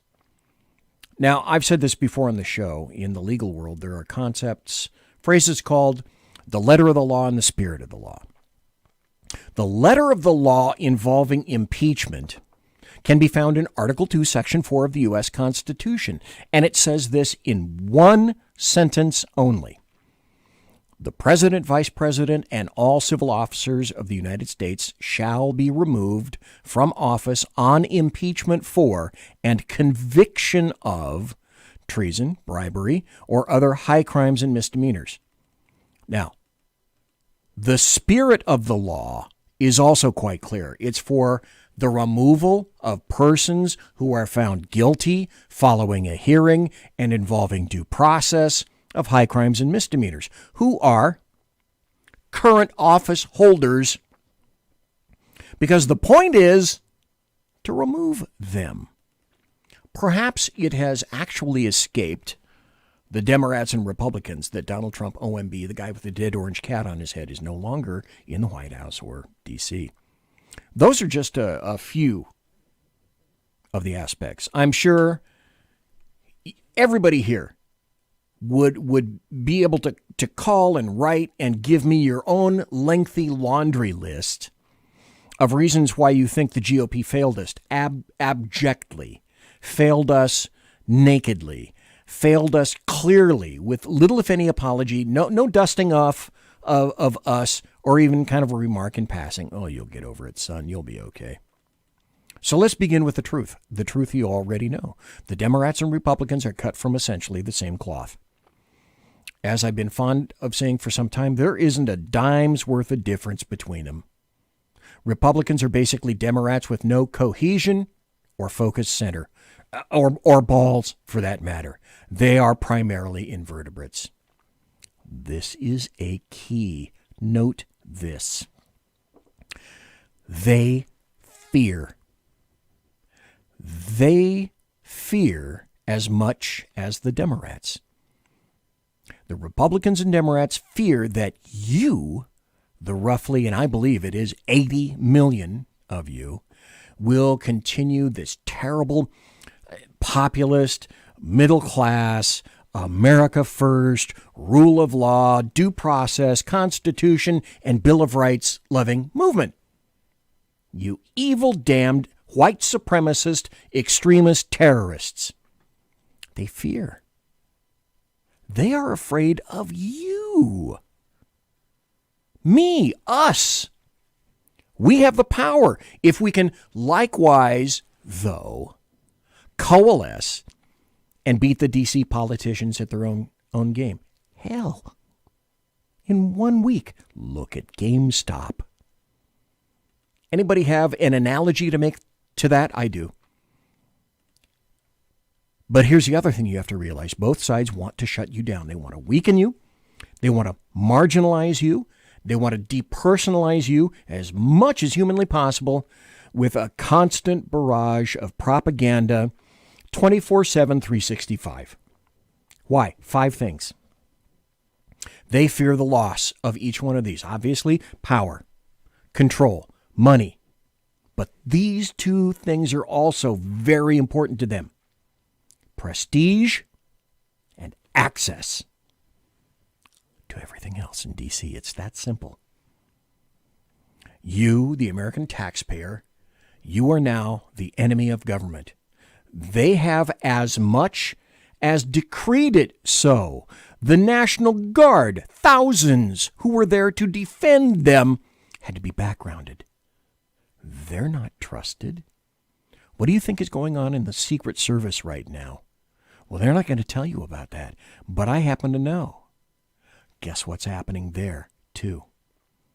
Because the Congress critters demanded that. Political reporter, Trump base, this is the deal. Grok this concept. Politico quotes, Trump base is getting stronger since he left office. Impeachment would only empower him. This was an article published on the 31st, just 3 days ago. I think there's a huge disconnect between Washington and the rest of the country.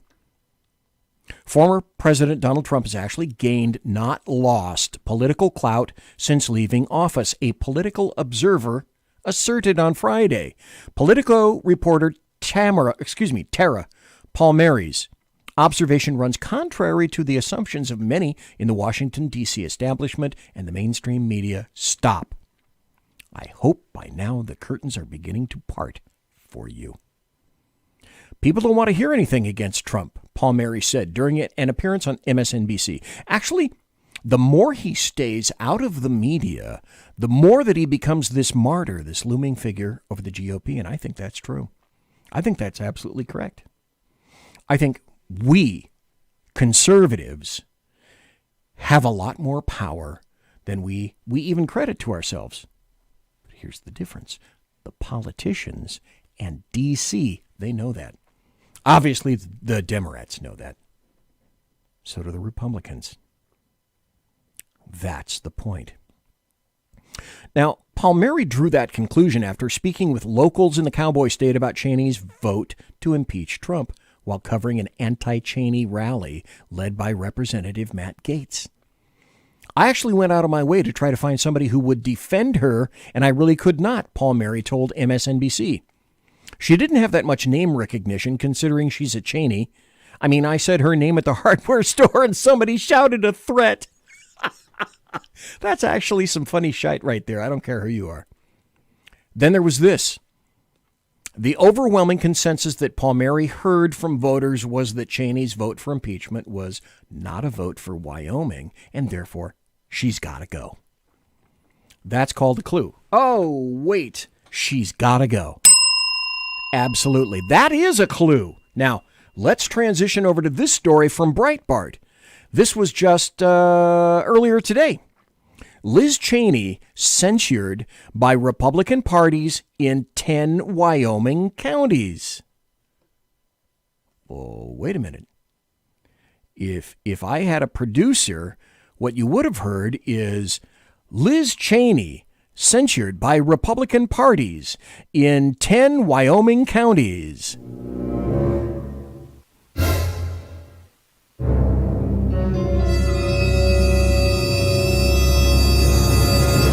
And, of course, let's not forget.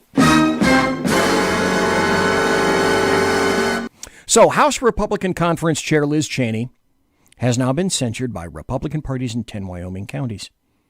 And that number could continue to climb, according to the Casper Star Tribune. Cheney has faced fierce backlash in Wyoming and Washington, D.C., since the lawmaker and 9 others voted in favor of impeaching President Donald Trump over the deadly January 6th Capitol Hill riots. Well, you already heard. You know what he said. I have it on video. Not here from the U.S. I had to go to the U.K. to get it, but you heard it. The resolution continued. This is interesting. Because she voted in an anarchic proceeding against President Donald J. Trump, which was conducted in contravention of established principles of due process, a proceeding that provided no probative evidence for consideration, called 0 witnesses to testify under oath, permitted no questioning of the accusers by the accused, Representative Liz Cheney stood in defiance of the quantifiable will of the substantial majority of Wyoming citizens and devalued the political influence of the state of Washington. Oh my God, a state of Republicans that actually get it. Over half of the House Republican Conference has committed to vote to remove Cheney from her leadership role. Here's another major clue. Listen to this. Oh, this is a clue.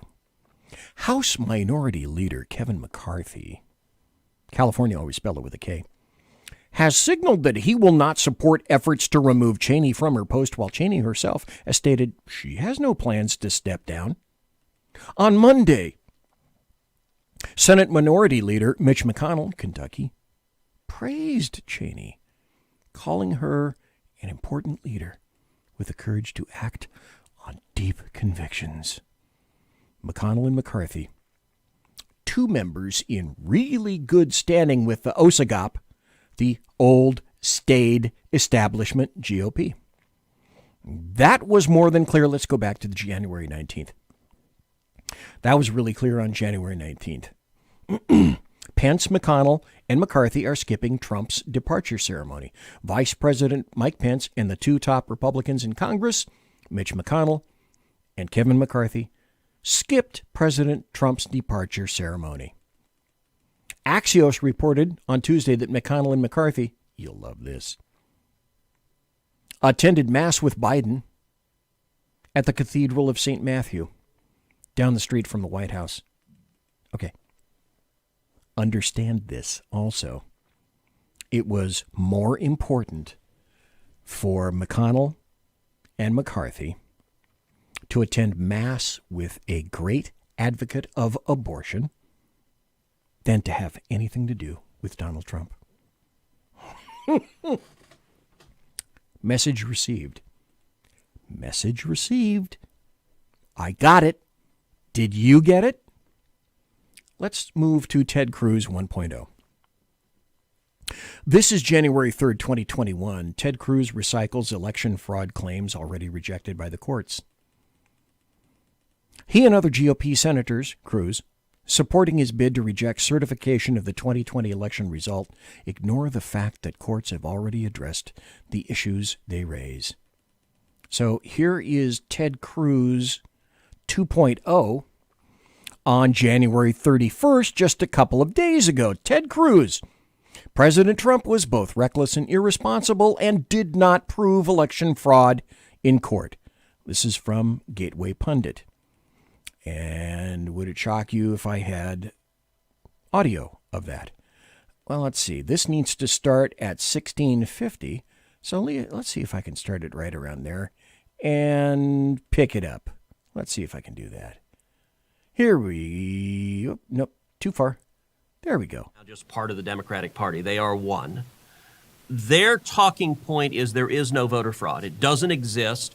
And for you to say voter fraud is just... I mean, it's amazing. You read any newspaper article and anytime there's a reference to voter fraud, I think the editor's mandate they put in, which is totally baseless and false. Yeah.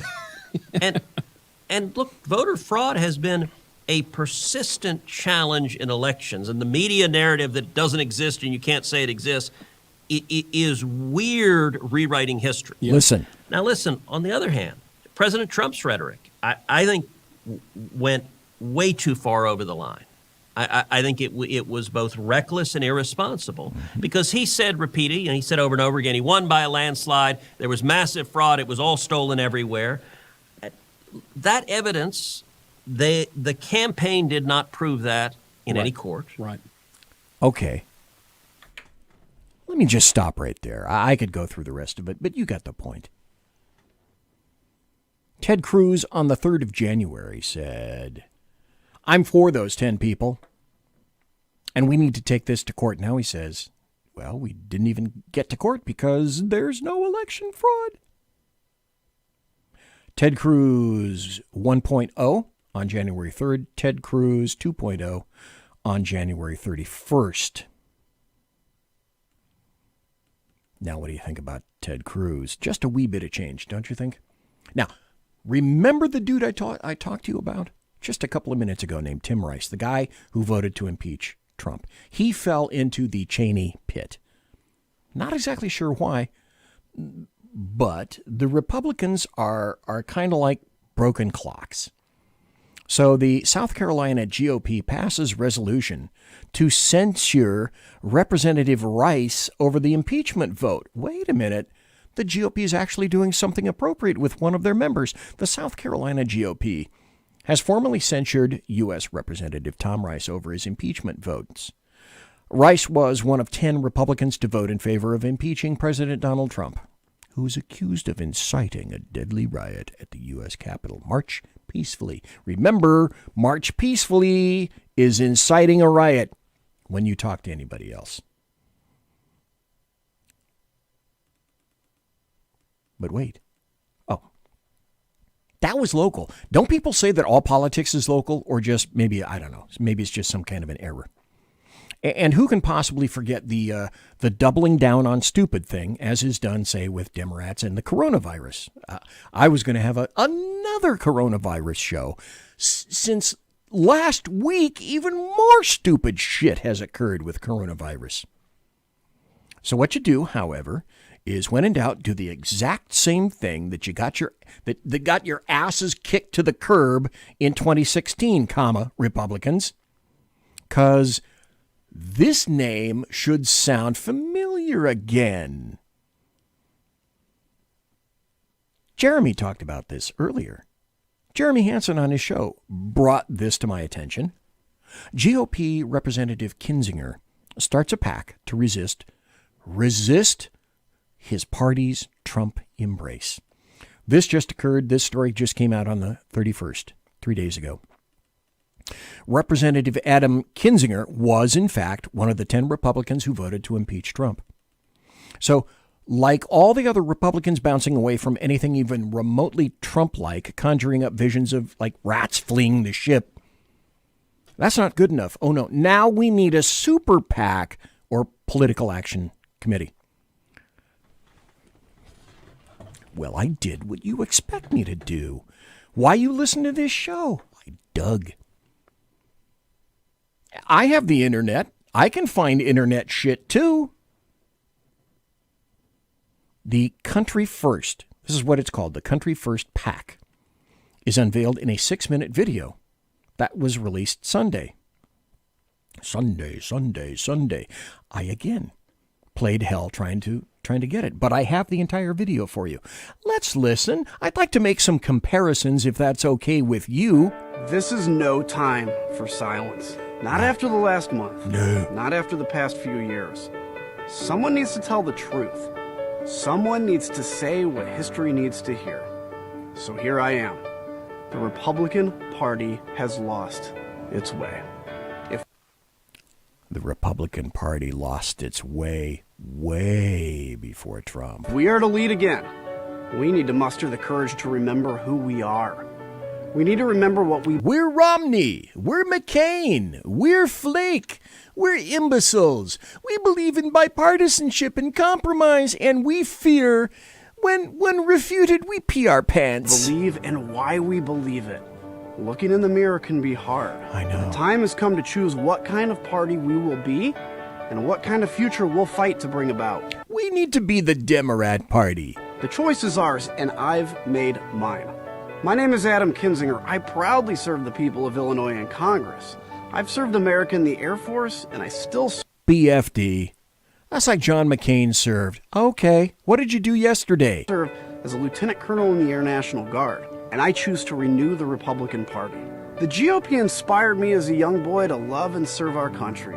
And I'm not alone. Tens of millions of our fellow citizens have flocked to the Republican banner. They've been inspired by its unapologetic stand for freedom and the flag. Okay. They say they stand for freedom and the flag. Where is their support when Trump supporters are castigated and all of us lumped in as white supremacists, extremists, and terrorists? Adam? But today's Republican Party, it's not the one I joined.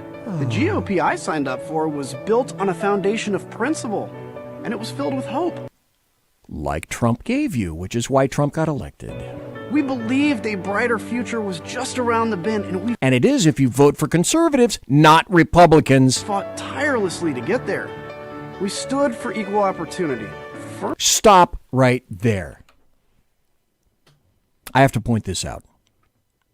I pointed it out before, but it's from the domain of Captain Obvious, and that's this. Why did it get... I don't give a shit who you are. I don't give a shit about your paint job. Where you come from, if you're a conservative, I like you. So why did it take Trump, of all people, to open up the tent and say something similar to, what do you got to lose? Come on over and vote for me. And what they had to lose was unemployment. The best employment for blacks in 50 years. The best employment for Hispanics in 50 years. Why didn't the GOP do that every time they ran for president? 'Cause they're sackless. That's why. From the south side of Chicago deserves the same shot as a privileged kid from Highland Park. We knew that if we brought everyone into America's promise, we would unleash a new era of American progress and prosperity. You didn't. I just told you. But in recent years, we've forgotten our principles. Oh, yeah. The party that always spoke of a brighter tomorrow, it no longer does. It talks about a darker future instead. Does this shitstick not listen to the Democrat Party? Hope has given way to fear. Outrage has replaced opportunity. And oh, the Republicans fear you. The Democrats fear you. Worst of all, our deep convictions are ignored. Right, like fundamental rights, like equality versus equity, like the sanctity of lawful American citizens, like the rule of law, like due process, like the U.S. Constitution, like supporting the Bill of Rights, its first two very primary amendments, freedom of speech and the Second Amendment with regard to firearms. Where have you been, GOP, on that? They've been replaced by poisonous conspiracies and lies. This is not... Okay, let me state this unequivocally, and I know that all of these people, Facebook and Spreaker and blah, blah, blah, can fuck off. The vote was stolen. And no one wants to investigate when there are videos and statements from witnesses who have been telling us for quite some time what's been going on. It's there in front of our eyes. No one is interested in looking, because you cannot put the bull in the china shop back in for a second term, because he's going to remove your power, your control, your cash, your access, and your ability to be with the best and finest people in all the cocktail parties on the weekends. The Republican road. And now we know exactly where this new and dangerous road leads. It leads to insurrection and an armed attack on Congress. Okay, stop again. Out of 75, I believe, 80 million Trump supporters, and we have all watched them over the period of 4 to 5 years, who's gone out of their way at these various rallies to clean up after themselves? That's right, the Trump supporters. Who broke into the Capitol? About 200 of these people. Were some of them possibly Trump supporters? Maybe.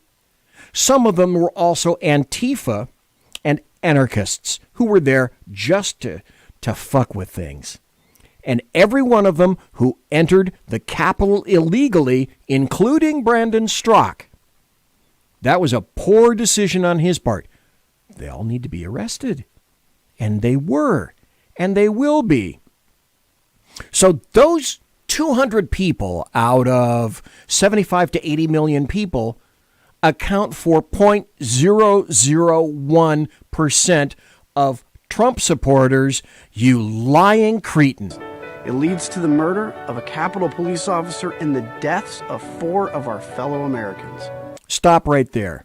I haven't said this before, but I will. I was going to do a show on it, but so many things occurred. Whoever the officer was that was plainclothes, who shot the female going through the window, in my opinion, needs to be tried for murder. If you're going to try other officers for murder, and this is on video, he should be tried for murder. And if you don't like that, you too can fuck off. I was there on January 6th. I was there when the mob began to shout violent threats and shatter windows in the Capitol of the United States. Yeah, I was there when shots rang out. And I was there when people died. Sadly, I wasn't surprised because I've been watching the rhetoric leading up to that day. Who fired the shots? And took it seriously. It was the sort of thing that happens in a failed nation or a banana republic, not the greatest nation the world has ever known. But it did happen right here. And our country will never be the same. Make no mistake. Oh my God. All these people can speak is hyperbole. America must never again have a day like that, because the road that led there does not end there. That road is the wide path that leads to destruction. And so your eyes have been closed for the entire summer of 2020, and before that, BLM, Antifa, 2015, under Obama. Who was the greatest divider of all? Who's lit the path of law enforcement on fire? BLM and Antifa only picked it up. Barack Hussein Obama. The narrow path is hard, but it leads to life. Republicans must say enough is enough. It's time to unplug the Conservatives are saying enough is enough. Outrage machine, reject the politics of personality, and... Oh, right. That's why you, Adam Kinzinger, are doing this video only by yourself. Reject the cult of personality.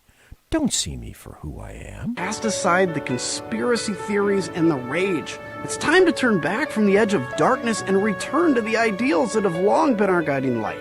The party of first principles must once again put principles first. The future of the GOP is on the line. Stop. That is true.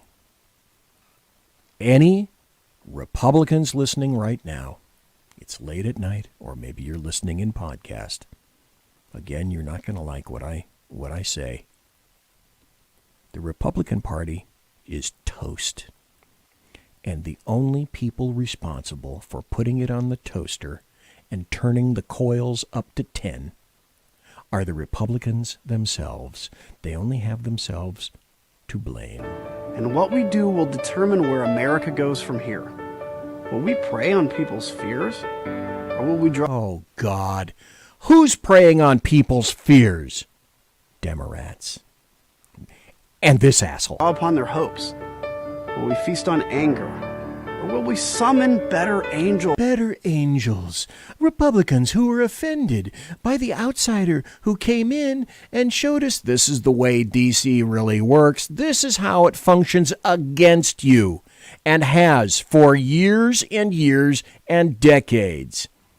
This guy wants you to take a big cup of shut the fuck up. Don't listen to what just listen to these wonderful words and this lilting piano music. Will we join the left to take America backwards? Or will this Republican Party lead America forward and upwards? Who's going to lead it? Oh, I know. Mitt Romney. If we choose the right answer, then our country's future is truly unlimited. After all, we're the party that ended slavery. True. Secured women's suffrage. True. And won the war against communist tyranny. True. All of those are true. But then what happened? Now we must be the party that lifts up the rural town and the inner city. Wait. What have you been doing all these years? Who was the man of the middle class? Donald John Trump, OMB, the guy with the dead orange cat on his head. It wasn't the GOP. Not by a scintilla.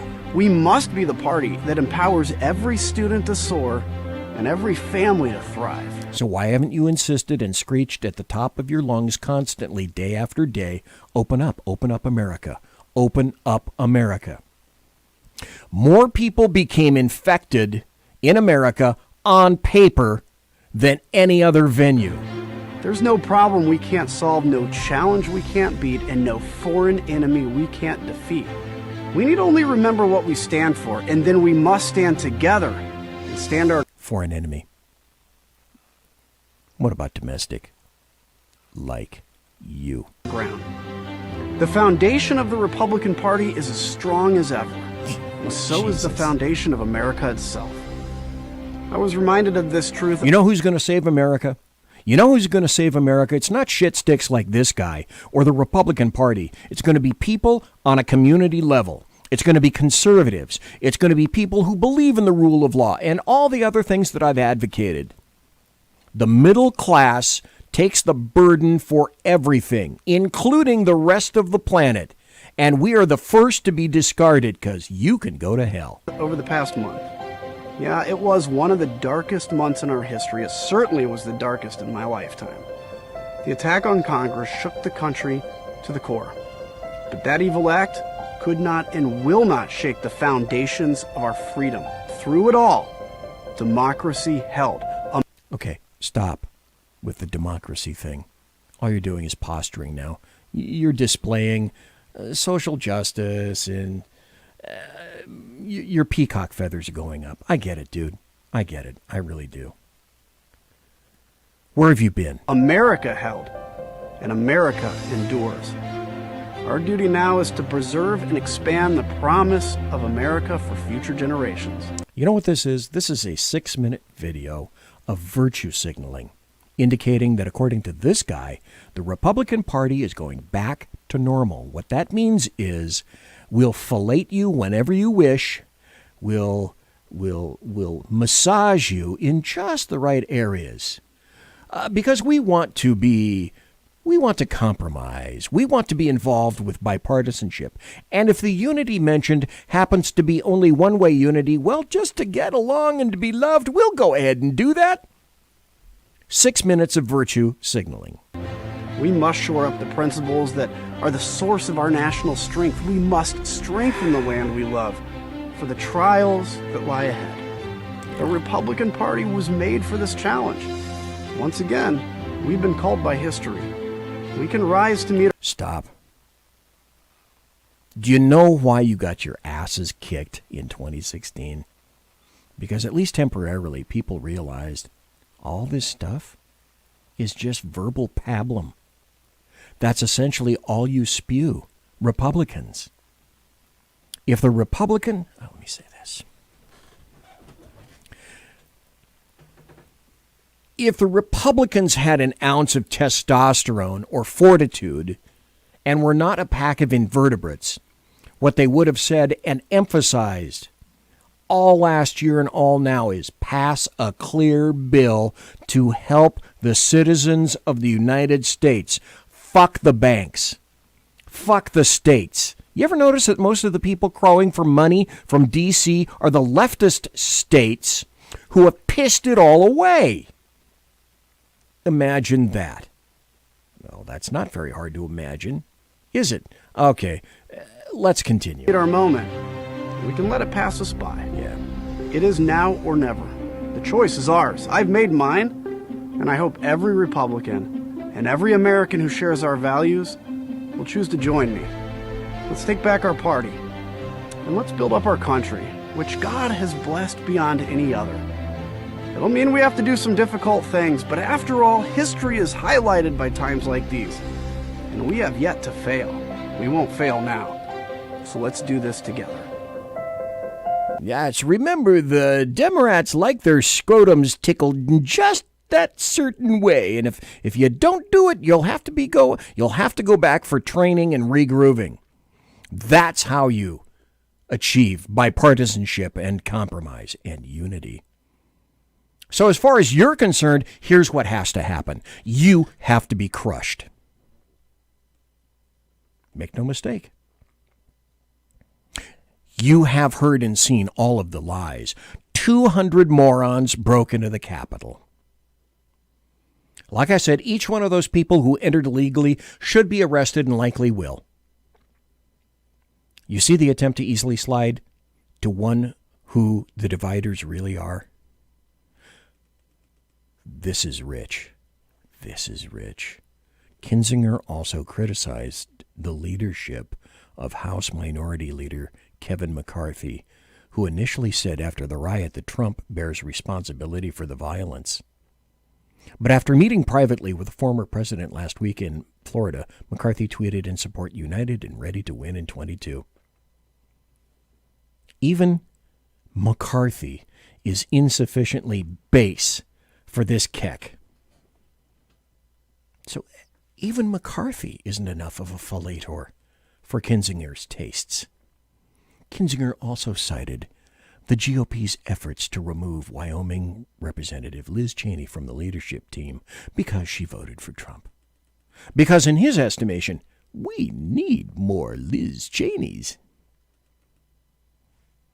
So Mitch McConnell rears his OSAGOP head again. Mitch McConnell denounces Representative Marjorie Taylor Greene as a cancer on the GOP. This was yesterday.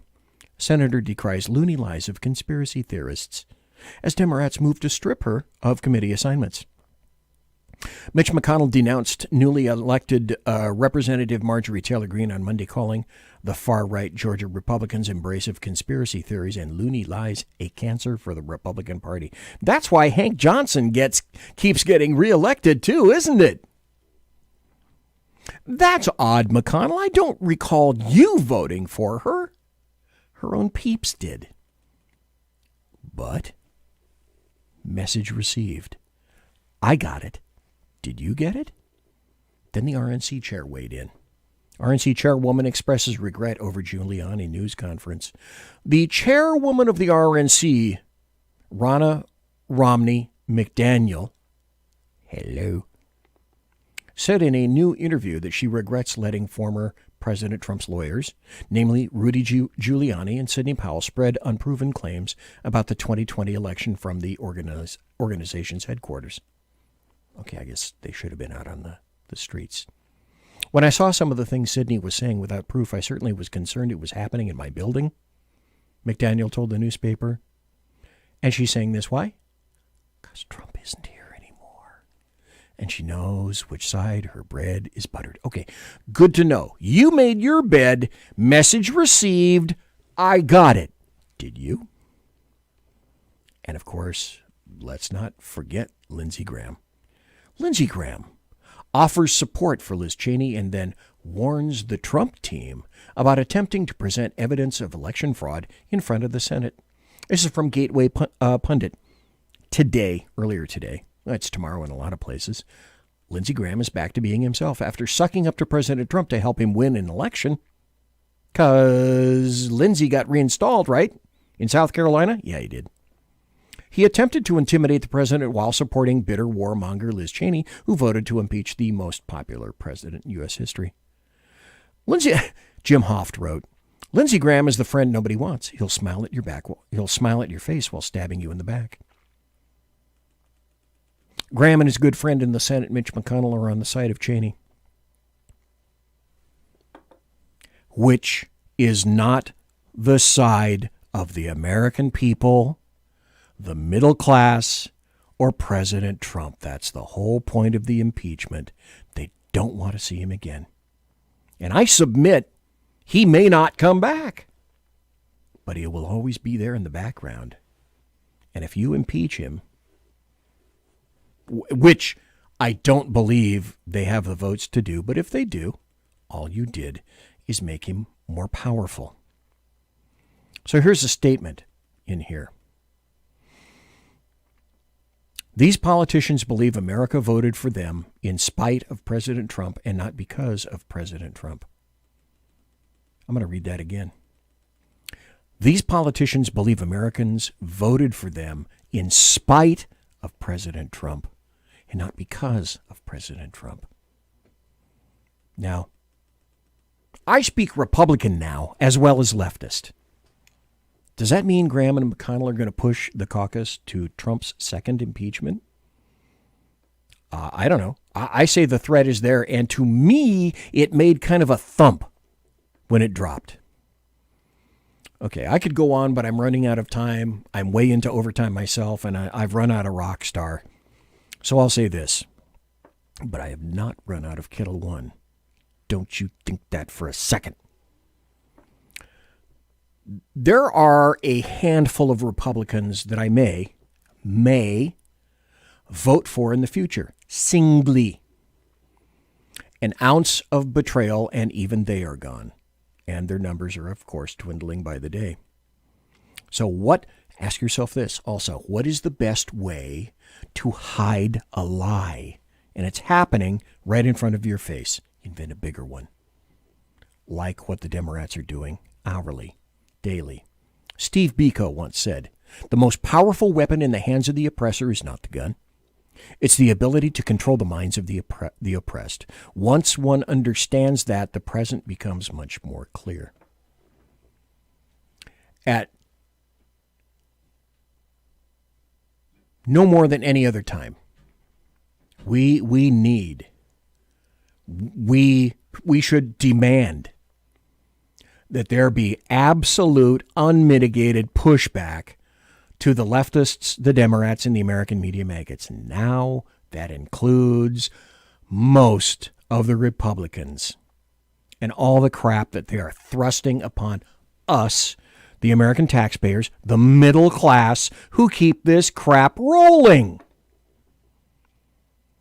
The Republicans, just like the Democrats, have clearly, as far as I'm concerned, concluded that we, the people, we got to continue to dance to the tune of government, not the other way around. And I've said this for a while. Perhaps it's time to withdraw what is commonly termed the consent of the governed, not by threats or firearms or thousands of the National Guard, by consent. Consent, however, very important aspect. Consent, by definition, denotes, not connotes, that it can be removed. And here's the final point that I'd like to make for tonight. People have been saying for quite some time that blah, blah, blah is unconstitutional or lawful, generally things that are proposed by Democrats and leftists. You can't impeach Donald Trump because that's not constitutional. Really? They're doing it. They've done it. You must understand this fundamental concept, if nothing else, that you take away from tonight. Constitutionality, or the rule of law, has nothing, zero, the null set, to do with Democrats anymore. And now, unfortunately, most Republicans. It's just about power and control and money and access, and acclaim. Because this, the criminal creed, is now the Democrat creed. And it goes like this. As a cop, I've known this for decades. What's mine is mine, and what's yours is mine, unless you have the power to stop me from taking it. Those are the Democrats. And now they're the Republicans. It's clear. After decades and decades of, like the Firesign Theater, I used to be a great devotee of the Firesign Theater, waiting for the electrician or someone like him, or waiting for Godot, the play. Godot never arrives. So I'm done with waiting for the Republicans to try to solve the problems that they themselves have helped to create. That's why I'm done with Republicans. Monsieur has unlocked!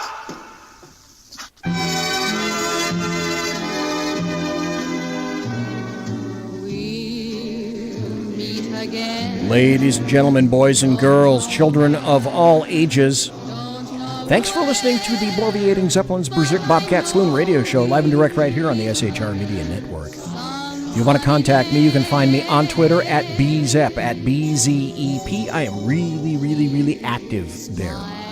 And on my blog at bloviatingzeppelin.net. Promotional consideration is by the Lockheed Martin Skunk Works, and also by the Boeing Company. If it ain't Boeing, I ain't going. And also by Pratt & Whitney Engines. Thrust. You can trust. Tiaras by My Little Pony.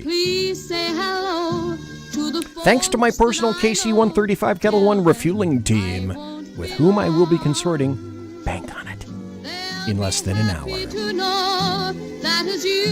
And thanks to Susan Katz Keating for being here in the first hour. Thanks to everybody for listening to me live. Thanks to everybody who was in SHR Media chat and Facebook chat, maybe even YouTube chat. I didn't even see you. Sorry. Thanks for listening to the podcast, because I'll be putting that out. Be here Thursday night with Jeremy Hansen and Lonnie Poindexter. I appreciate each and every one of you for taking the time out of your busy day or night. God bless. Take care. Be safe. Everybody quiet down now and get some sleep. Good night, everybody. Good night, Mama. Good night, Ben. Good night, everyone. Good night, Mama. Good night, Daddy. Good night, children. Good night, Daddy. Good night, Elizabeth. Good night, John Boy. Good night, Jim Bob. Good night, Jim Bob. Good night, Jim Bob. What's going on? I was asleep. What's everybody doing? Good night, Jim Bob.